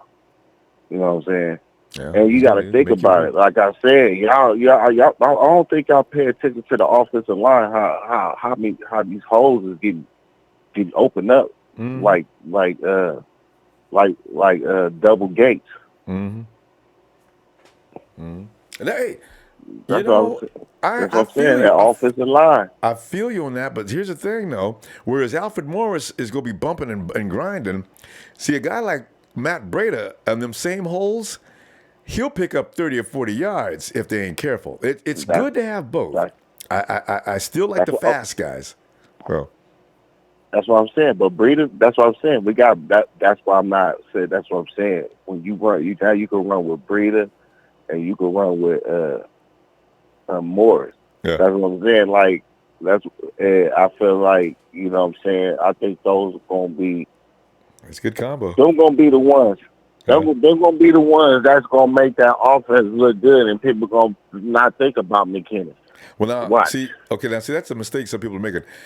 Jarek can run between the tackles. He's a strong dude, but he can do everything so well. Nobody emphasizes his ability to run between tackles. But don't make no mistake, that boy can run between the tackles. Watch some of his games from Minnesota. He can run.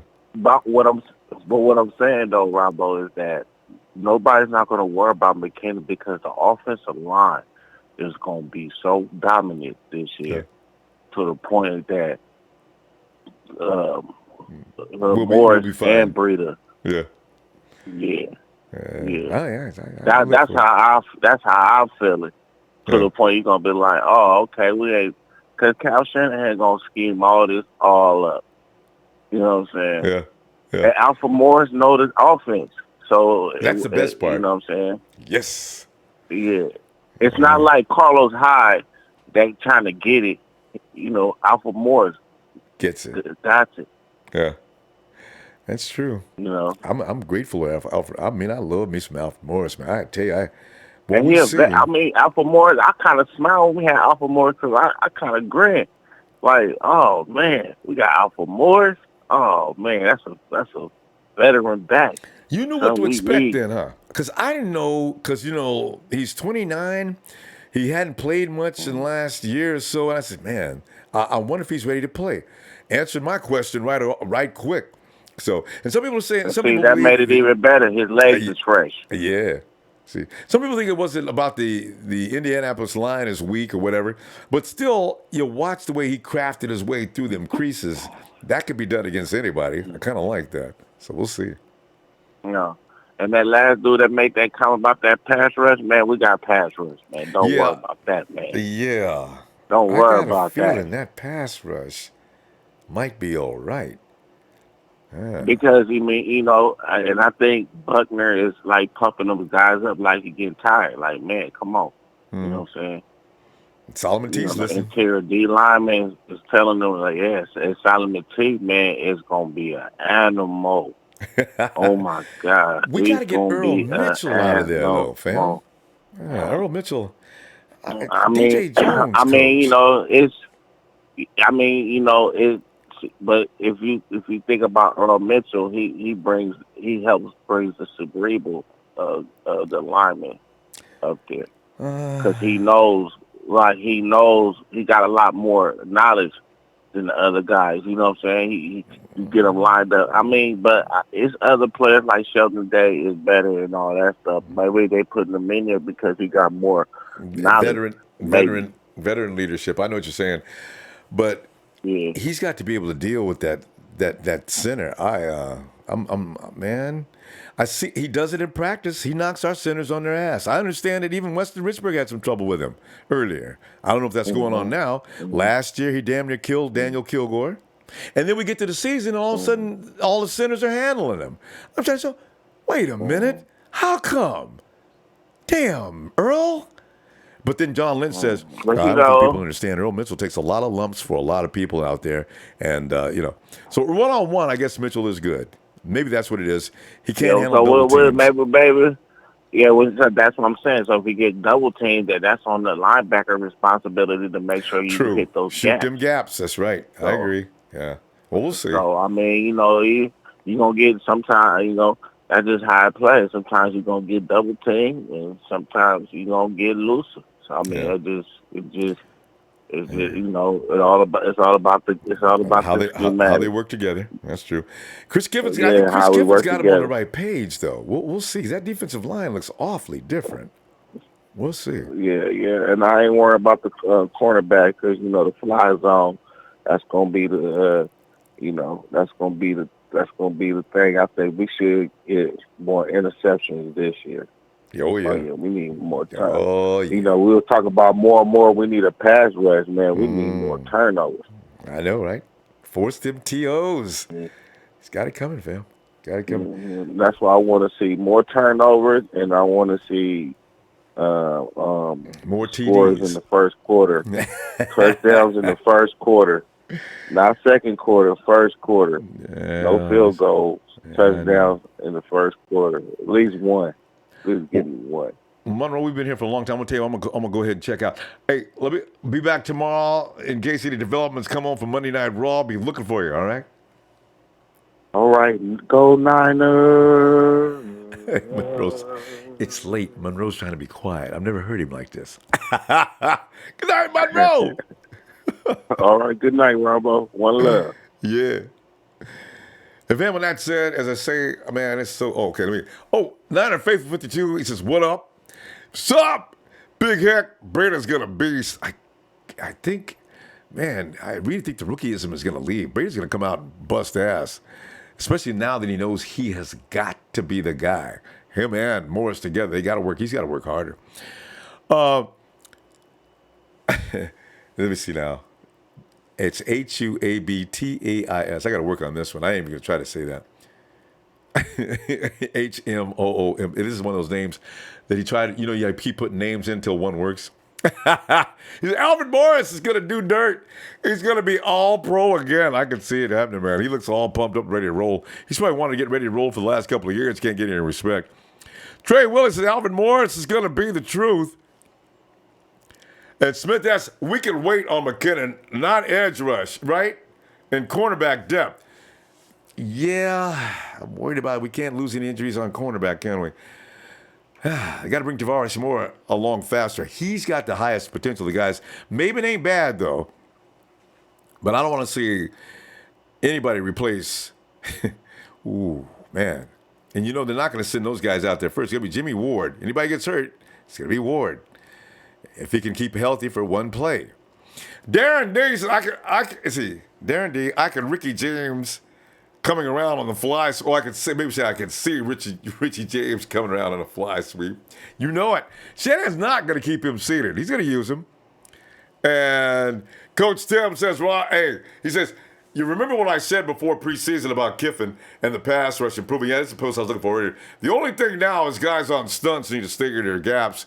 Gap integrity makes this defense go. You remember he explained that earlier when he's on tonight. And Desi Ferguson, Pettis is going to be a secret weapon. I can see that, actually. Pettis, Shannon's just got to get in his head, make sure he's got confidence. Because I don't want him out there running scared. He's got to know there's nobody that can actually deal with him on them routes. I mean, nobody. I want to see that same thing you always see with Pettis. 3 guys coming down the field, and suddenly, every time, how does he do that? Because he seems he gets double-teamed a lot. Same thing every time. Pettis goes one way, defense goes the other. How do you get them to do that? Romy is saying the Niners are going to keep coming this season like an adult film star on a red bull. How'd you come up with that? Oh, it's Tejiro. Oliver Kapuri. Oliver Pokuri. Did I do that right? He says, hopefully Dunbar will be a part of the 53 before the end of the year. You never know. Because how many wide receivers do we have on that squad? Dunbar's the only one, isn't he? Think so. Jamel Fagan says, hey, Ronbo, what's up? What's up, Jamel? Ray Histo, what's up? And Music Street Shout, out to the clutch John Taylor. John Taylor? Oh, Julian. Julian Taylor, yeah. Okay. Anyway, Bradley Gilmer, Warner, Mike, left to do Ruben. Anyway, I got the message. It's something about Warner will take off where Rulli dot the I's where Ruben leaves off for a couple of games, and Daniel Ledesma. I think I can make a trap song. Looping Yamin and some hi-hats. we can go platinum. Use Yamin in a remix, I'd be happy. Richie B, I got $300 on the Niners against the Vikings. Richie. Hopefully you collect on that, fam. And Cindy says, Niners my team to win or lose. They're my Niners. And Cindy also wishes everybody a happy Labor Day. Nation Warren, did they bring Jaquan back? And no, so far, which is interesting. They brought back Jeff Wilson. Jeff was probably the best running back of all. I'm not sure what went on with Jaquan, what they seen that they probably did not think it was a good idea at the last minute. TJ Syrup and yo, what's up? Pappy Pablo says for real. Almost the truth. Thanks, Bobby. And JMJB, Ronbo the Empire, what it do in this? Several expletives. Ricky B, Patrick Willis should stop fishing and play ball. It's his toe. Willis didn't want to quit. He really didn't. Because, Willis has been with bad teams before. It wasn't about the team turning into poo-poo. It was about Willis's, that toe was really hurting, man. And if you got a foot injury, playing football is near impossible. Your pain, you can't deal with it. And as Coach again says, Breida will find as an authentic tribute to our scouting department. He says, the Breida find is an authentic tribute to our scouting department. And watching him since before, knowing what they got, and the kid is nice work. That's true, man, because I remember they called him up right away. Miguel Cuevas says, my boy Ronbo, what's good, fam? What's good? Miguel and John Haynes, of all our Super Bowl 49ers versus Cincinnati, the best, the rest are scrimmages. Ain't that? Boy, that's, man. And Big X says, next Sunday will be a great day, I do believe. Yes. So, fam, with that said, I'm going to tell you what, I'm going to check on out of here. And do the millions of things I like to do. Okay, we're not done yet. Ricky B says, I got love for any 49er fan. We represent 49er Empire in Milwaukee. Hey, Ricky B, I'm glad when I log out before I said, hey, what time is it in Milwaukee? Stephen Brindle, Zack Golditch, he played with like 20 snaps against us. We liked him, I guess, over Williams. And Williams was really, I mean, God, Jimmy would have got killed behind Williams. So we'll see about Zack. I've seen that face on NFL Network or something before, though. I'm not sure what was going on with that. Rod Manhammer, and Rob has a brother named Keith and one named Kevin. Is Ronbo the third Hodge twin? No, actually, the twins, Keith and Kenny. Yeah. So, and Kenny is a, if you Kevin was a Hodge twin, I know what you're talking about now. Yeah, Kenny is a Kansas City Chief, man. I have no idea why. Clark Kent, Jared Goff is a poor man's Joe Flacco. Kind of, right? Neither one of them has any real mobility. They do rollouts real well. But, Jared Goff's got some pretty good accuracy. I will give him that, though. But when you put a lot of pressure on him, though, he does do, like both Flacco and some of the other big guys like that. They seem to, really screw up then. So all we got to do is get that pressure we didn't get on the quarterback last year on Goff, and let's see how good he is then. Because Richard Sherman is downfield, ruining things for that all-star lineup they got and that they think they have playing in the secondary. Let me tell you one thing. There is no all-star when it comes to Richard Sherman, not a wide receiver, except for Marquise Goodwin, who works him in practice. But even Marquise says, in a game, I don't know. It's a different story. Sherman's too smart. Is it? Oh, yeah. JMJB, who's on the practice squad? Okay, let's get the practice squad up real quick again. We'll run it down real quick in case anybody missed that and you haven't checked that out yet.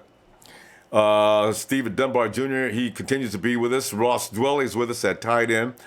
Emmanuel Mosley, who got the INT, looks good. Nick Mullens, of course, who looked very good in preseason this year. Tyvis Powell, I cannot explain why Tyvis Powell is on this team.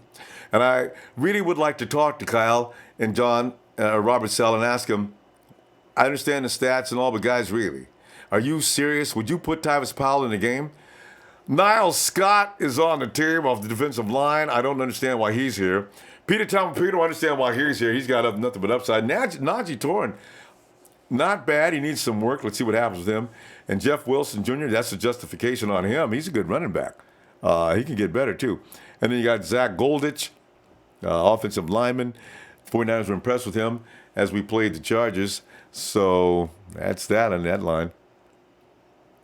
Anyway, where was I at? Oh, and Clark Kent says, would you rock a Brian Hoyer jersey? No. All right, no. And T. Breezy, he says, the Miami Dolphins claim quarterback. I talked about this earlier. The Miami Dolphins claim quarterback Luke Falk via waivers. Pelissero reported my boy made it. Ricky B. Dex Carter fumbles too much. Dex Carter? Who's Dex Carter? Cart. Yeah, I'm not sure who that is. Sir Garcia, what's up? And Alfonso the Great says you're the man expanding. Ronbo, you're the man expanding this kind of service. Thanks, fam. Robert Nashlove, the Ronbo Niners shout out. Can't do it tonight, though. Got to be careful with that. I'm going to try to keep it down to a minimum between now and next week so I can get it on. Because the game, I know I'll be doing some hollering. Every time we get a touchdown, Bob, ooh. Rabis Rodriguez. Oh, no, I'm sorry. Luis Rodriguez. Thanks, fam. Much love to you. And KD216. What's up, fam? T. Breezy, the Miami Dolphins claim. Did we just do that? Did we write it down twice? Alvaro Cueva. He says, what's up, Nine Empire? Shout out to the mods. Good, hey, salute to the mods. Always on it. Seen a lot of guys get timed out tonight. I'm sure they deserved it. Because mods already know you get a warning. And then if you continue to mess up, you might get one more warning. But the third one, you're strike three, you're gone. Tom Prospect says Goodman needs to run a lot of straight routes. And Jimmy just got to lead him. Don't throw it behind and we'll be fine. Yeah. Garoppolo and Goodwin are definitely getting on the same page now. Garoppolo explained that. He says, he's a different kind of guy. He's faster than anybody I've ever worked with before. So, it's a matter of getting your timing down and beat down. You got to get the rhythm. You got to feel him. And, he'll be okay. At some point, we're going to be saying, like, Jimmy Garoppolo's long ball is underrated. Robert Rodriguez says, Chapoy. I got this little problem with all the dead money of the cut players. I think there's a lot of dead money. What do you think about that? We got a lot of dead money. I haven't looked into that. We got a lot of dead money in the 49ers. I did hear something about that a while back. I'm not sure. I forget which contracts there were, too. It's a good point. I'll get back to you on that. Mia Milan says McKinnon is basically signed for a one-year deal. IG, you look at his contract details, Niners will cut him and draft a franchise back. I heard about that. The 49ers do have a stipulation in that contract saying if we are not satisfied after a year of play, they have options. So you're right. Some people think that they're locked into that contract and really not. So Jarek's got to come back, like he says, better than ever before in order for him to continue with the 49ers. Joey Mahoney, my starters, left in. Buckner, left in. Left DT, Thomas. Right DT, Jones. Right DE, Armstead. I like that. David O'Neill says could never get through a game of Madden without McKinnon getting hurt. Music Street, I guess Adrian Colbert and Tart are waiting to mail their splash in. Oh, there's going to be some hitting out there, boy. I want to see Tart and Colbert converge on somebody. And the ref could probably call flag on both of them. Unsportsmanlike contact, and I love the term, on a defenseless receiver. They hit him with the shoulders. Just because he ain't moving don't mean they would hit him. Oh, come on, ref. You need to go to jail. And Ron Phillips says, Juice is a guy that D's will have to watch for. True. Because he's that guy that's roving around free. Him and Selleck. Basically, take over for the missing McKinnon. And Coach Tim says Eagles and Jaguars are going to be in serious trouble next year with caps. Both negative. Rams only have $38 million next year. Gurley did sign already, but I don't know how Rudy's coming up with all these millions and millions of dollars. It doesn't make any sense. Rudy's like weird. Rudy, that's wrong. I know that's wrong. There's no way they can have as much money as you're talking about with all those high salary players. No team gets away with that with all those high salary players. That is a bunch of crap. Golf has another good year, and he renegotiates most likely. And hey, McKell's going to get at least 5 picks this year. I see that. Because they're going to go to his side a lot more often because they don't want to be bothered with Sherman. Especially if Sherman's feeling better than usual. Wow, we got a lot. All right, Wayne Roberts, what's up, fam? I should be going over this earlier, guys, if you're still there. Mr. Lucas, 49, the Rams can't cover Garcon, and they can't cover Goodwin either. I absolutely cannot. The Rams can't cover Garcon, Kittle, Goodwin, and Pettis and Breida at the same time. It's just not possible. There is no team in the league that actually can follow all of them. And Jimmy G seems to know where they all are at all times. You notice that about him? And his reaction, that quick draw to find him with laser-like accuracy. In fact, I don't want him going long all season long. Unless Goodwin gets an absolute turkey. What I want him to do is to put that ball into the playmaker's hands. 20, 30 yards downfield, 20, 15 yards downfield. Guys like in space, like Matt Breida, give him the ball. Goodwin, in open space, give him the ball. I don't care how far he is. Give him the ball. Doesn't need to break a long route. Taylor, give him the damn ball. Let them do their thing. These guys are terrible when they get the ball. You can't deal with them. Dante Pettis, give him the damn ball. 15 yards along the scrimmage, 10 yards, I don't care. Give him the ball. Not waiting for any routes to form downfield. Our motto is get rid of the ball quick. That neutralizes those all-star rushes and makes the defense, puts them in a lot of strain. You got to pay intelligently. It's not about being able to throw the ball deep, unless it's warranted or else it's there. Otherwise, Tom Brady, Bill Belichick formula for success is to eat a team up down low. It's just like a boxer.